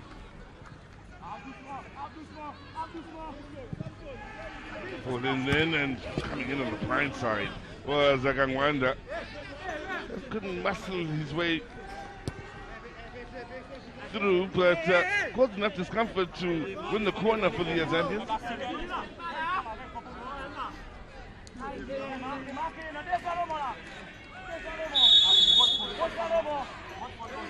Seven in the box. Header. Yes, she spoke about players and the Zambian side that would have been very impressive throughout the competition. Yes, Kangwanda is one for me, and Kambamba is the other, and Siakombo as well. I'm talking about the attackers this time. Obviously, Kapung in that center of the midfield, the general. Yes. The ever-present in front of the big four. And it's key to have players like you could see players with a lot of experience. He's a part of the senior squad that plays the bigger competitions. He was a part of the squad that won against Cote d'Ivoire. Now, I'll ask this question because it's so easy to say, look, they played well, and to dismiss the good work they've done and say, yeah, but they were up against the Seychelles. No disrespect to Seychelles, and me saying so. But then again, look at Angola yesterday. They were up against what was seen as minnows who couldn't come up with the goods in the win. Mauritius, Eswatini, and the others have done the business in punching above their weight. So it's one thing to be favorites going into a game. It's another to play well collectively as a group where 3, 4, 5 of you are having outstanding games, and you win with what is now joint the highest scoring win of the tournament at 3-0, William Shongwe.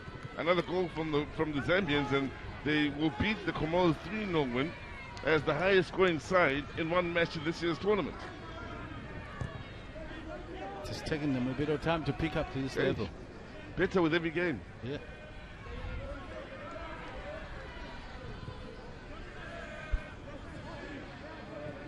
Again, and looking at statements being made here, Malawi making a serious statement out at the Moses Mapida Stadium. Zambia making a statement here in Kwamashu. That's good movement on the far side and pushing forward here. The 1-2. Hoping to lead up to a rare chance of goal here for the Seychelles. And I mean that a rare chance of goal. They've hardly created any joy in and around the final third. Could be their first shot in anger in this match. Just want to confirm that for you.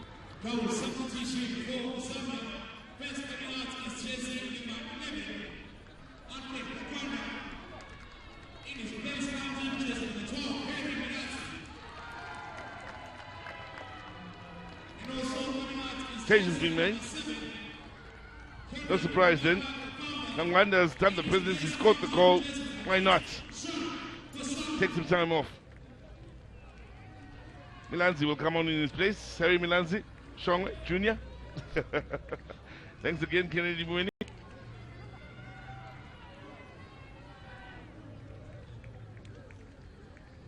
Piri, the next man on, or rather, Kosamu. Ton Kosamu, that is.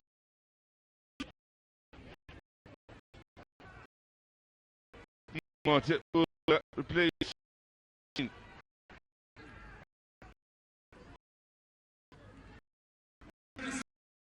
Charles. One more. Wholesale. Labrosse will come on here. Brendan Labrosse, who was featured in both previous games as a striker. Yep. Top man.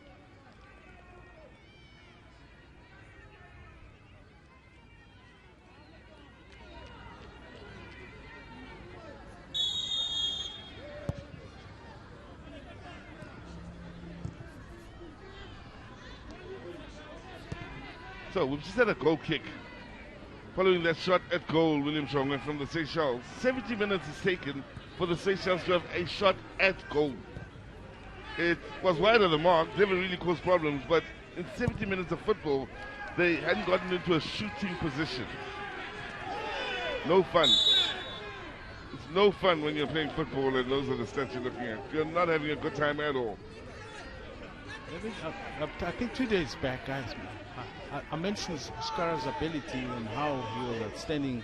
Skara Tinto, that is of the Kingdom of Eswatini then. And here's the thing about him. Skara didn't need, if the team was doing bad, Skara had the ability to take 4, 5 on, and score a goal.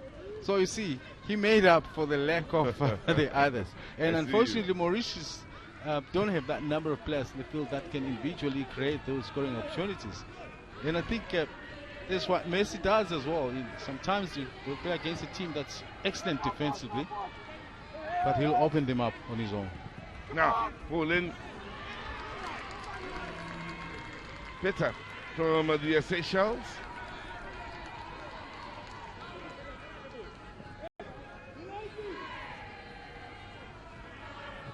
And this is where the legendary Zambian player we were talking about, Godfrey. The comparison between Walia and Godfrey Chitale. Yes. He also had that same ability, Godfrey Chitale.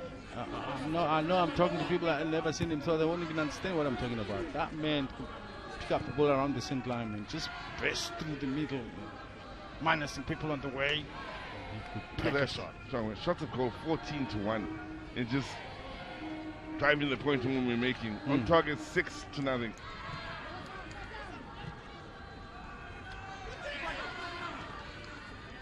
Now, chance for goal number 4, and there you have it. The Zambians, highest scoring side so far at this year's COSAFA Cup, having scored 4. Another flowing move then, and the ball played in, arriving in the nick of time to send it home is Molambia.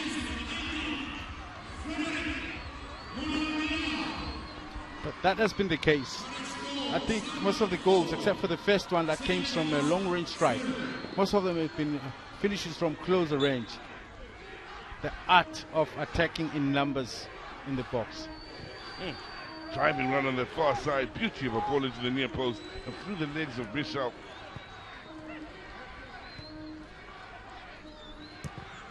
He'll be disappointed with that one.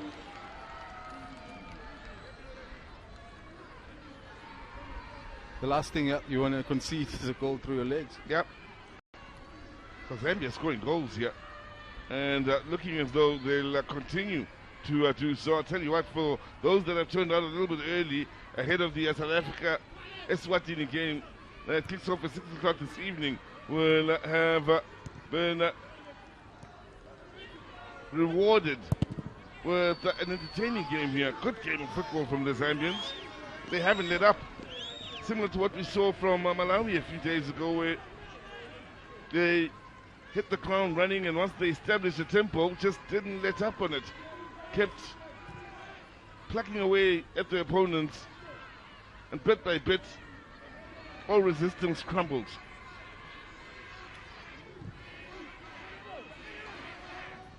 Would you then agree with me?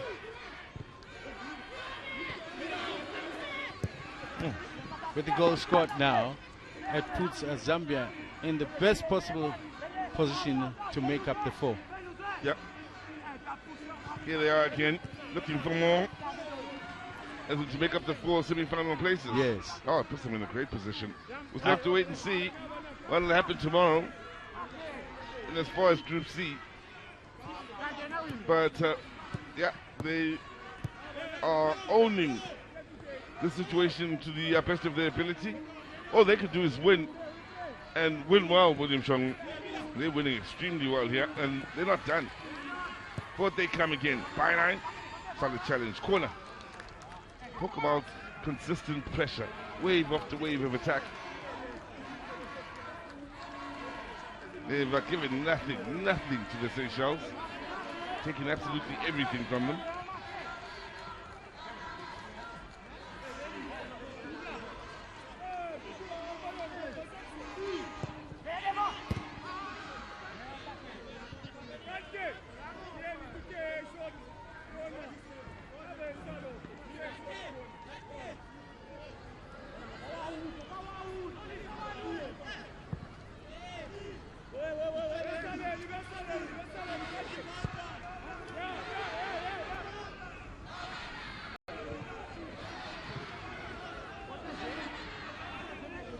Now, Seychelles guilty of losing in a dangerous area. Not punished for it. But they want to avoid such mistakes where they're making life easy for their opponents.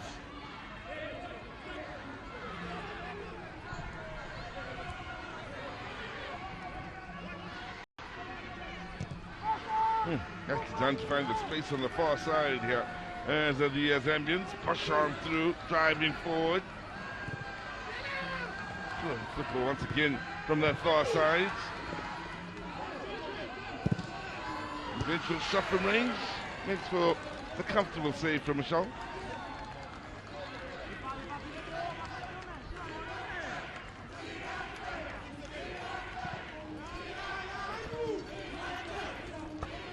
So, for the Seychelles, keep in mind they have been a part of this tournament since the year 2005, haven't missed the tournament since the year 2005, and ever since their involvement in the COSAFA Cup, with every tournament that's gone by, they haven't gotten beyond the group stages. Well, it looks like Michel is being substituted here. Well, not for the first time those two swap places. Yeah, but in this case, I guess that knock into his face might have... That's the first time we've seen Romy Badayachi coming on. It's been the other reserve keeper that's been used in L'Esperance. Romeo Badayachi now, the third keeper used by the Seychelles at this year's tournament.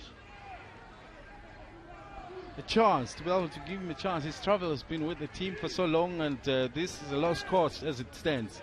So give him that experience. Is his first touch of the tournament. So for the Seychelles, 12, picked up 13 COSAFA Cup tournaments they've been to 13, never beyond the group stages. Just the one win in all their matches thus far. In this year's tournament, wins as well as goals have been extremely hard to come by. Have it with Dean Montep, who's amongst those to have come in off the bench, looking to get involved in the middle of the park.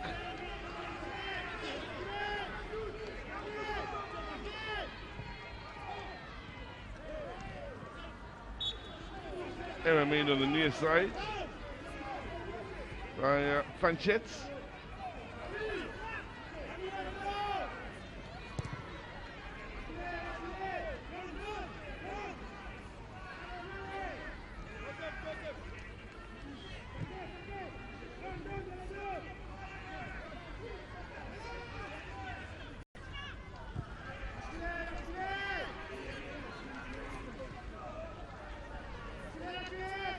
the planning wasn't bad from Vivian Butts planning into this game.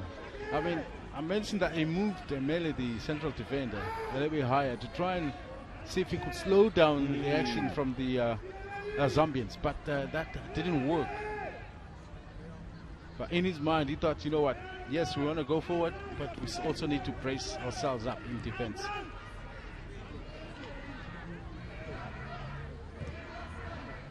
Well, the difference in a class between these two nations and exactly where they are on the continent in the hierarchy of African football is very clear. Never mind in the hierarchy of Southern African football is Zambia right there at the top.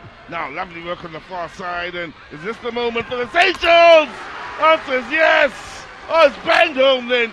After a lovely bit of strength to win the ball back and composure to drive it on home then from La Brosse.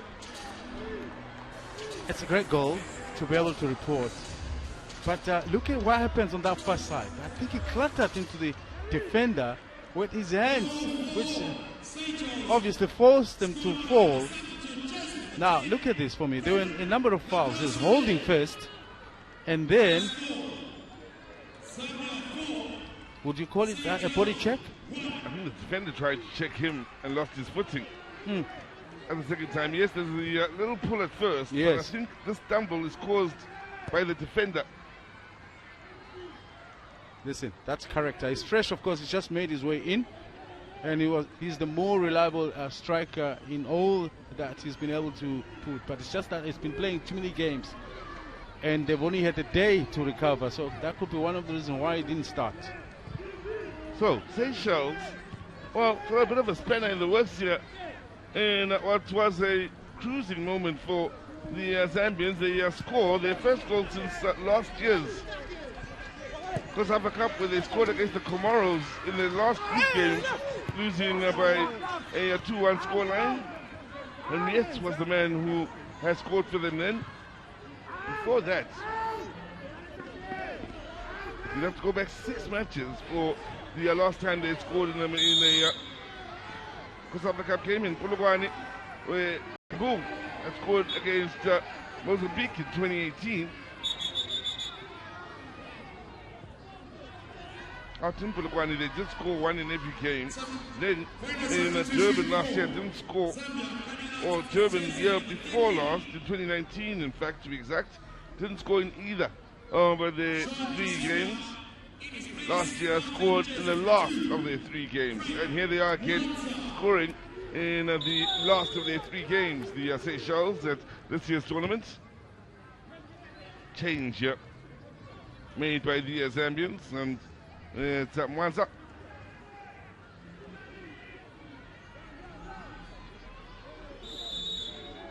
So wins are hard to come by year by year. Goals are hard to come by, William Shong, year by year. It's not out of the question to see them come through, play a group stage, and leave without seeing them score a goal. Never mind register a win. The goals are like the pot at the end of a rainbow for them. So I said earlier, Pot of gold at the end of the rainbow. I'm sure come end of the tournament, they'll walk away with that little bit of pride to say, you know what, we're able to score. And against the mighty Zambia. Against the mighty Zambians.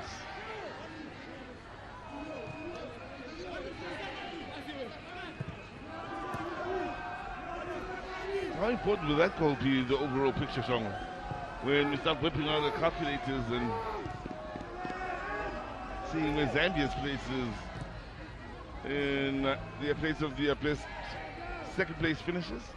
This by far the highest scoring game we've had in this year's tournament. 5 goals scored now, beating the previous record of 3 by 2.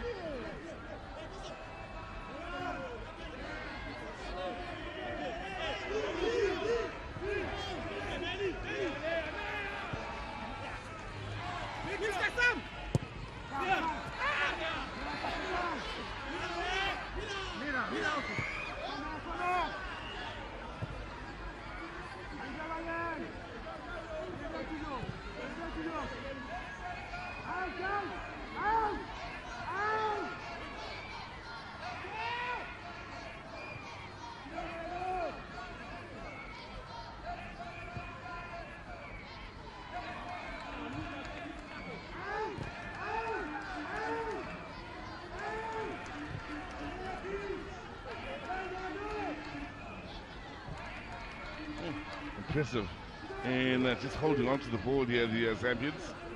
It's an exercise that you can use in a real game scenario, just to see how long can the team hold the ball. And that can be a challenge for some of the players.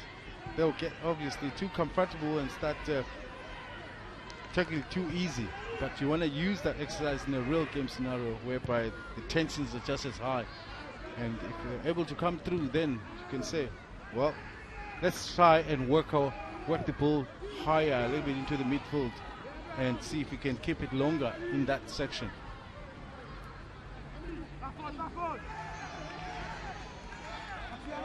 Keep in mind that 6 o'clock this evening is the big one. South Africa up against Eswatini, where Shongwe and I will work alongside each other in commentary, but in different rooms for obvious reasons.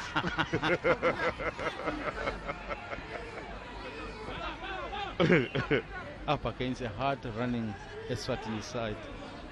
Just how much can Bafana Bafana hold?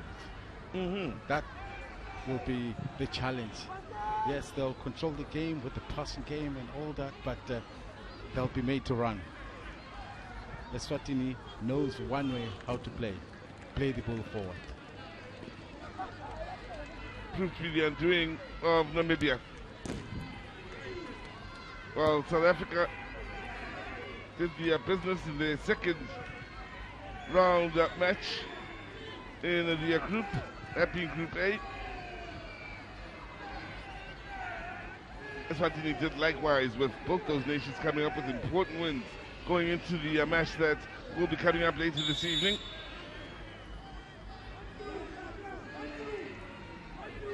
Shade now getting longer and longer here in KwaMashu as we get close to sundown.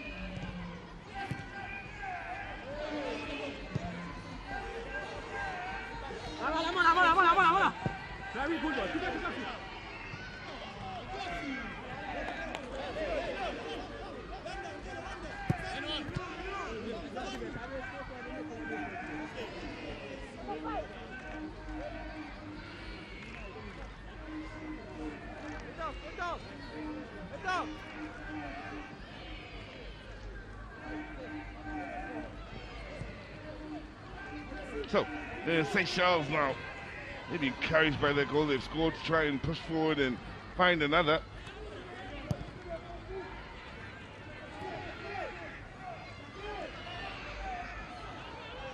The error defensively here. What a story it would be if the Seychelles were to score 1 or 2 more here before the end of proceedings, just to make things interesting for the neutrals. And here they are with the pressure. It's leading to errors, and is that a penalty given away? It is. The Zambians have played themselves into trouble, and thanks to the closing down from the Seychelles, right from the front, Mulenga has gone and given away a penalty.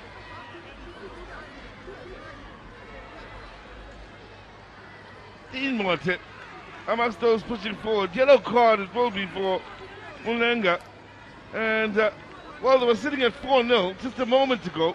They take forever in playing it out from the back and invite the Seychelles forward. Heavy touch, late with the tackle, penalty Seychelles.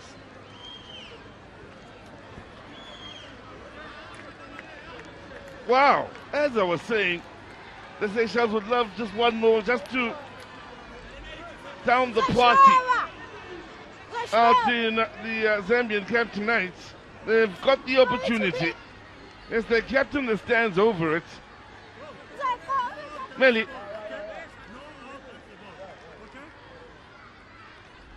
Up against Mulenga.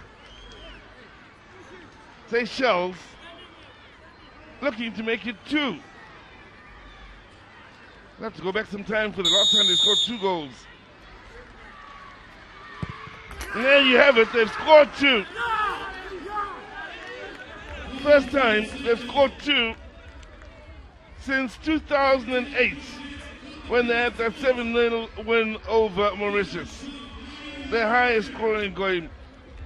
They also scored 2 in a 4-2 loss to Namibia back in 2013, when Ziela scored a couple of goals. Other than that, It's been hard going for the Seychelles in trying to find matches where they've scored 2. There they are with 2 against Zambia. And, well, the Zambians have no one to blame but themselves. Definite penalty. Keeper sent the wrong way. And Seychelles now would love to have another twist in the tail. What if they were to score one more?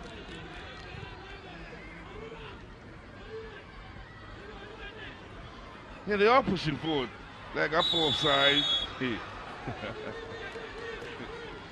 Funny old game is a football.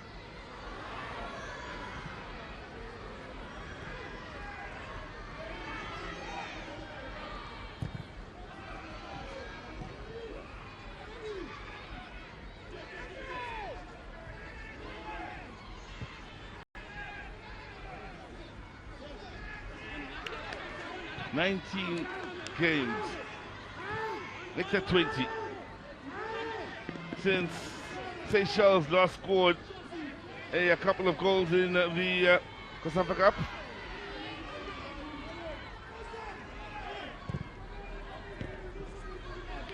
It's a long time, it's a lot of football played, good number of years, but here they are against the Zambians scoring a couple of goals.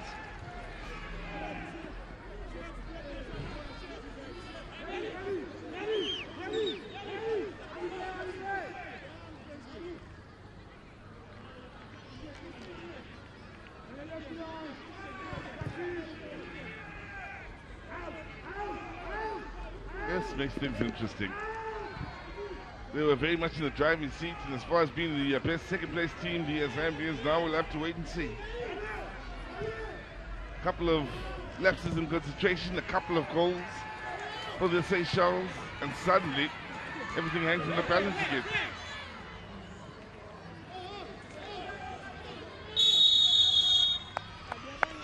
Wow, what an ending to this game from a Seychelles point of view.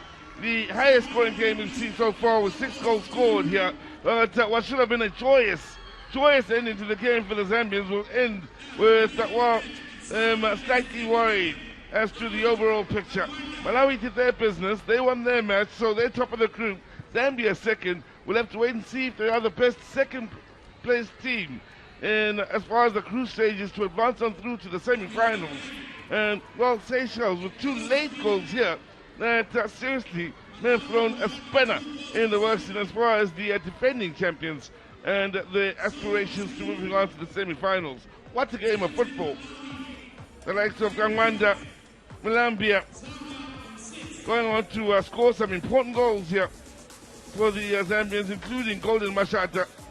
Then Laplace popping up to score one, and Meli scoring another from the penalty spot late for the Seychelles. Means it's not quite the ending the Zambians would have been dreaming of here. Still great entertainment in Guamashu at the Princess Makoko Stadium in this Group B encounter. The scoreline will end Seychelles 2, Zambia 4 in a 6-goal thriller.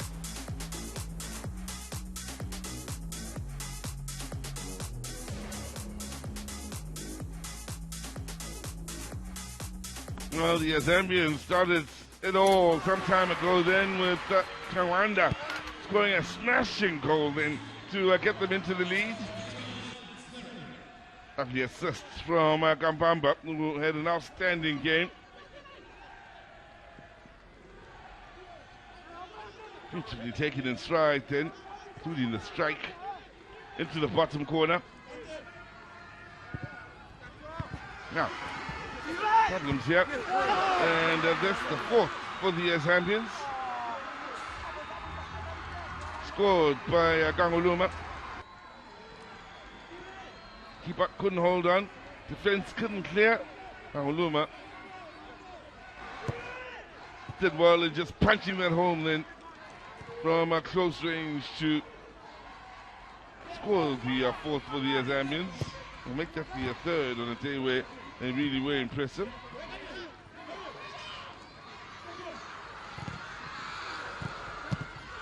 Well, they kept pushing on, and that went on to score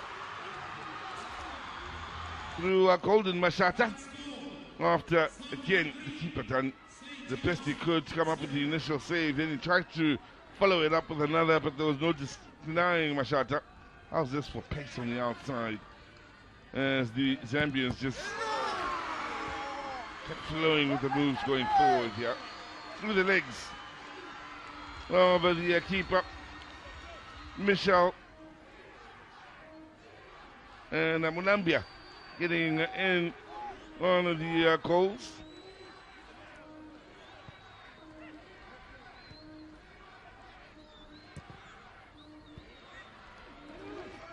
Then, well, it was one-way traffic until this moment. Defender and striker come to the fore. Striker too strong, stands his ground, and nothing wrong. As Alabres then creates the yard for himself and buries one. And Seychelles, well, begin to make the scoreline look a bit more respectable. 4-1 at that point, but lovely individual effort then from a man who would come in off the bench.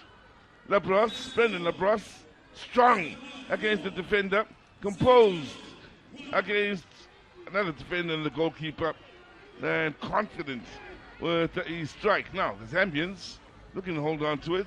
Labros again applying pressure with a bit of help then from Dean Morte.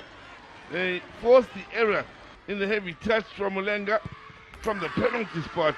It's Melia that steps up and that makes it 4-2.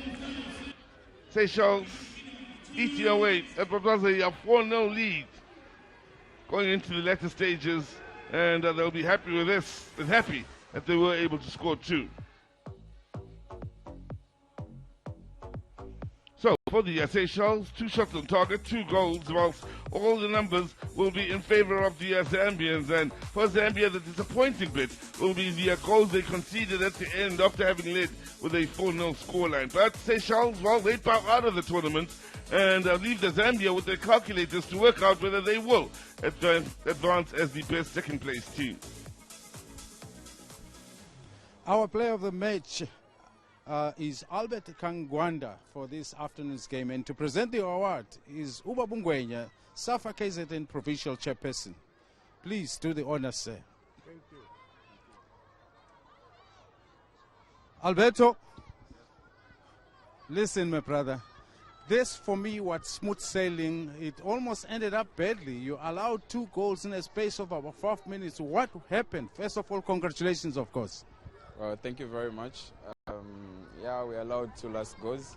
I think it was more of a lapse in our concentration from the back, but going forward, we hope to improve. Never mind those 2 goals, and I think from what it looks like, we still are putting together the calculations. You might be heading for the semi-final, but we still are to decide that. Yeah. Congratulations. Thank you very much. Thank you. And the losing coach, of course, Vivian Bort, is here with me. Coach, unbelievable. I thought you were on the money, and I think somehow the legs of the players started growing weak, and Zambia came on top. But how you came back and scored 2 goals in the last 10 minutes for me was probably a victory for you. Definitely, yes. But individual mistake cost us the game today. The 4 goals that they scored, all 4 of them was a bit of individual mistakes. Now, tell me, from you as a coach, and you've been here before, and I think you have different results, but this year's one, what will be your summary of your team? As some young players, you know, the summary is like for them to get more experience, because usually we don't play many matches, international matches, you know. So COSAFA is one of them. So for us, it's really experience for the young players. But now, obviously, being an island side, it's difficult to get the friendlies amongst the other countries around you. But how is this going to change going forward? By the way, in August, we'll be having the Indian Ocean Games. So this one, COSAFA, is kind of preparation for the Indian Ocean Games. But I think we have to make more international matches, you know, if we want our players to be more confident when in this kind of competition. Coach, thank you very much. And safe trip going home. Thank you.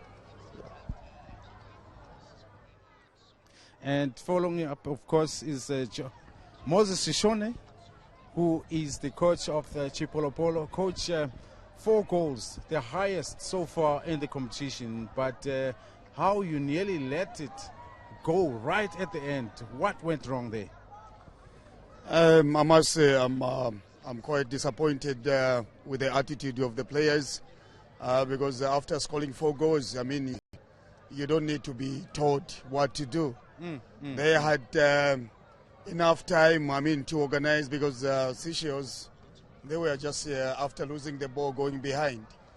And this is something also, the mentality of the players, whereby it's not everything that a coach has to tell them what to do, because if you score 4 goals, come on, it's massive. The game is done. Yes. So cleverness, and also these are things that I spoke about before the match. I told them, I said, come on guys, in terms of communication, we are communicating a very little, silly mistakes, and I'm very disappointed.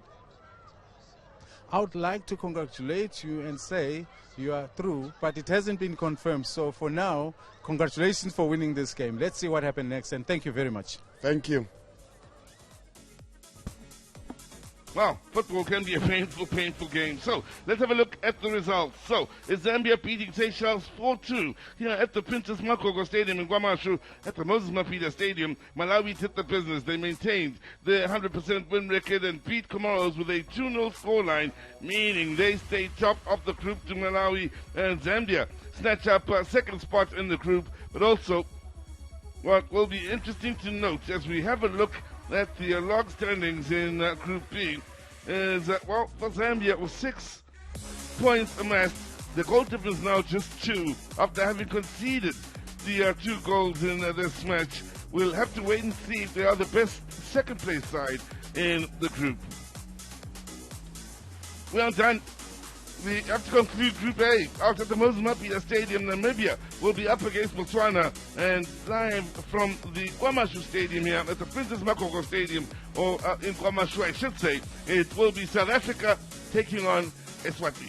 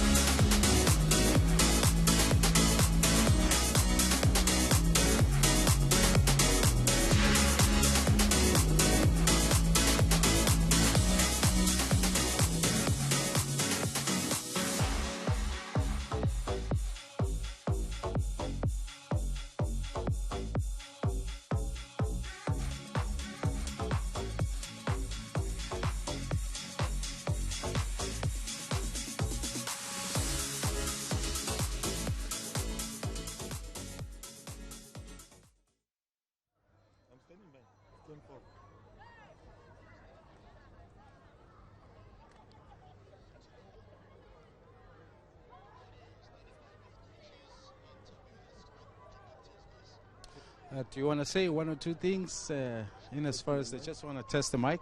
1, 2, 3, 4. Morena. Okay.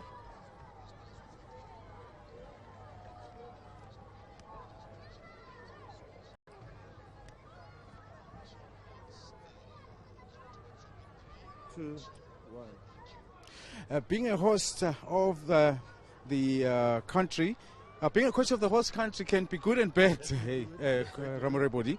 Huh? Thank you. Okay. Yeah. 2, 1. Being the coach of the host country can be good and bad, coach. Depending on how the team is playing, though. You're right, and thanks very much. To be the host, obviously, there will always be that pressure because people are expecting you to know the grounds better than all these other teams you are playing against, and also the weather conditions. You should at least adapt quickly to the weather conditions better than all your opponents, and all these things comes with pressure. And the supporters, when they come, also they expect your team to do well and win the match. So it is always that pressure. But I think we are used to the pressure, and we'll have to deliver. Knowing that you are playing against a hard-playing team, they run from the first minute to the 90. How have you prepared your team to deal with that? For anyone to run needs speed, they need space, and if you narrow the distance, if you narrow the space, you close the space as quick as possible, it becomes difficult for one to run. So we know that they will want to run, we know that they will want to play those long balls. So we'll have to deal with the first ball, and if it's difficult to control the first ball, then we'll have to win the second ball. And secondly, we'll have to try our level best to make sure that we try to play closer to them, because we know that they need space so that they can take those shots. They need space so that they can make those long passes. But we are going to try our level best to make sure that we minimize the distances so that we can be in control of the game. That's about the opposition, but you, as a coach of the host, what is it that you think has worked well for you, or that is getting better and better? We are getting better and better because I think we start to believe more in things we are good at. And secondly, the minutes we managed to get in the previous 2 matches, I think will help us a lot in this match, because if you remember in the first match, I did indicate that most of these guys are from the off-season, so some of them never get really enough time to train and play those matches. So we had to prepare the team within the tournament. So I believe that as this is the last match of the group stage, I think we have completed our cycle in terms of making sure that we get all the minutes for the match.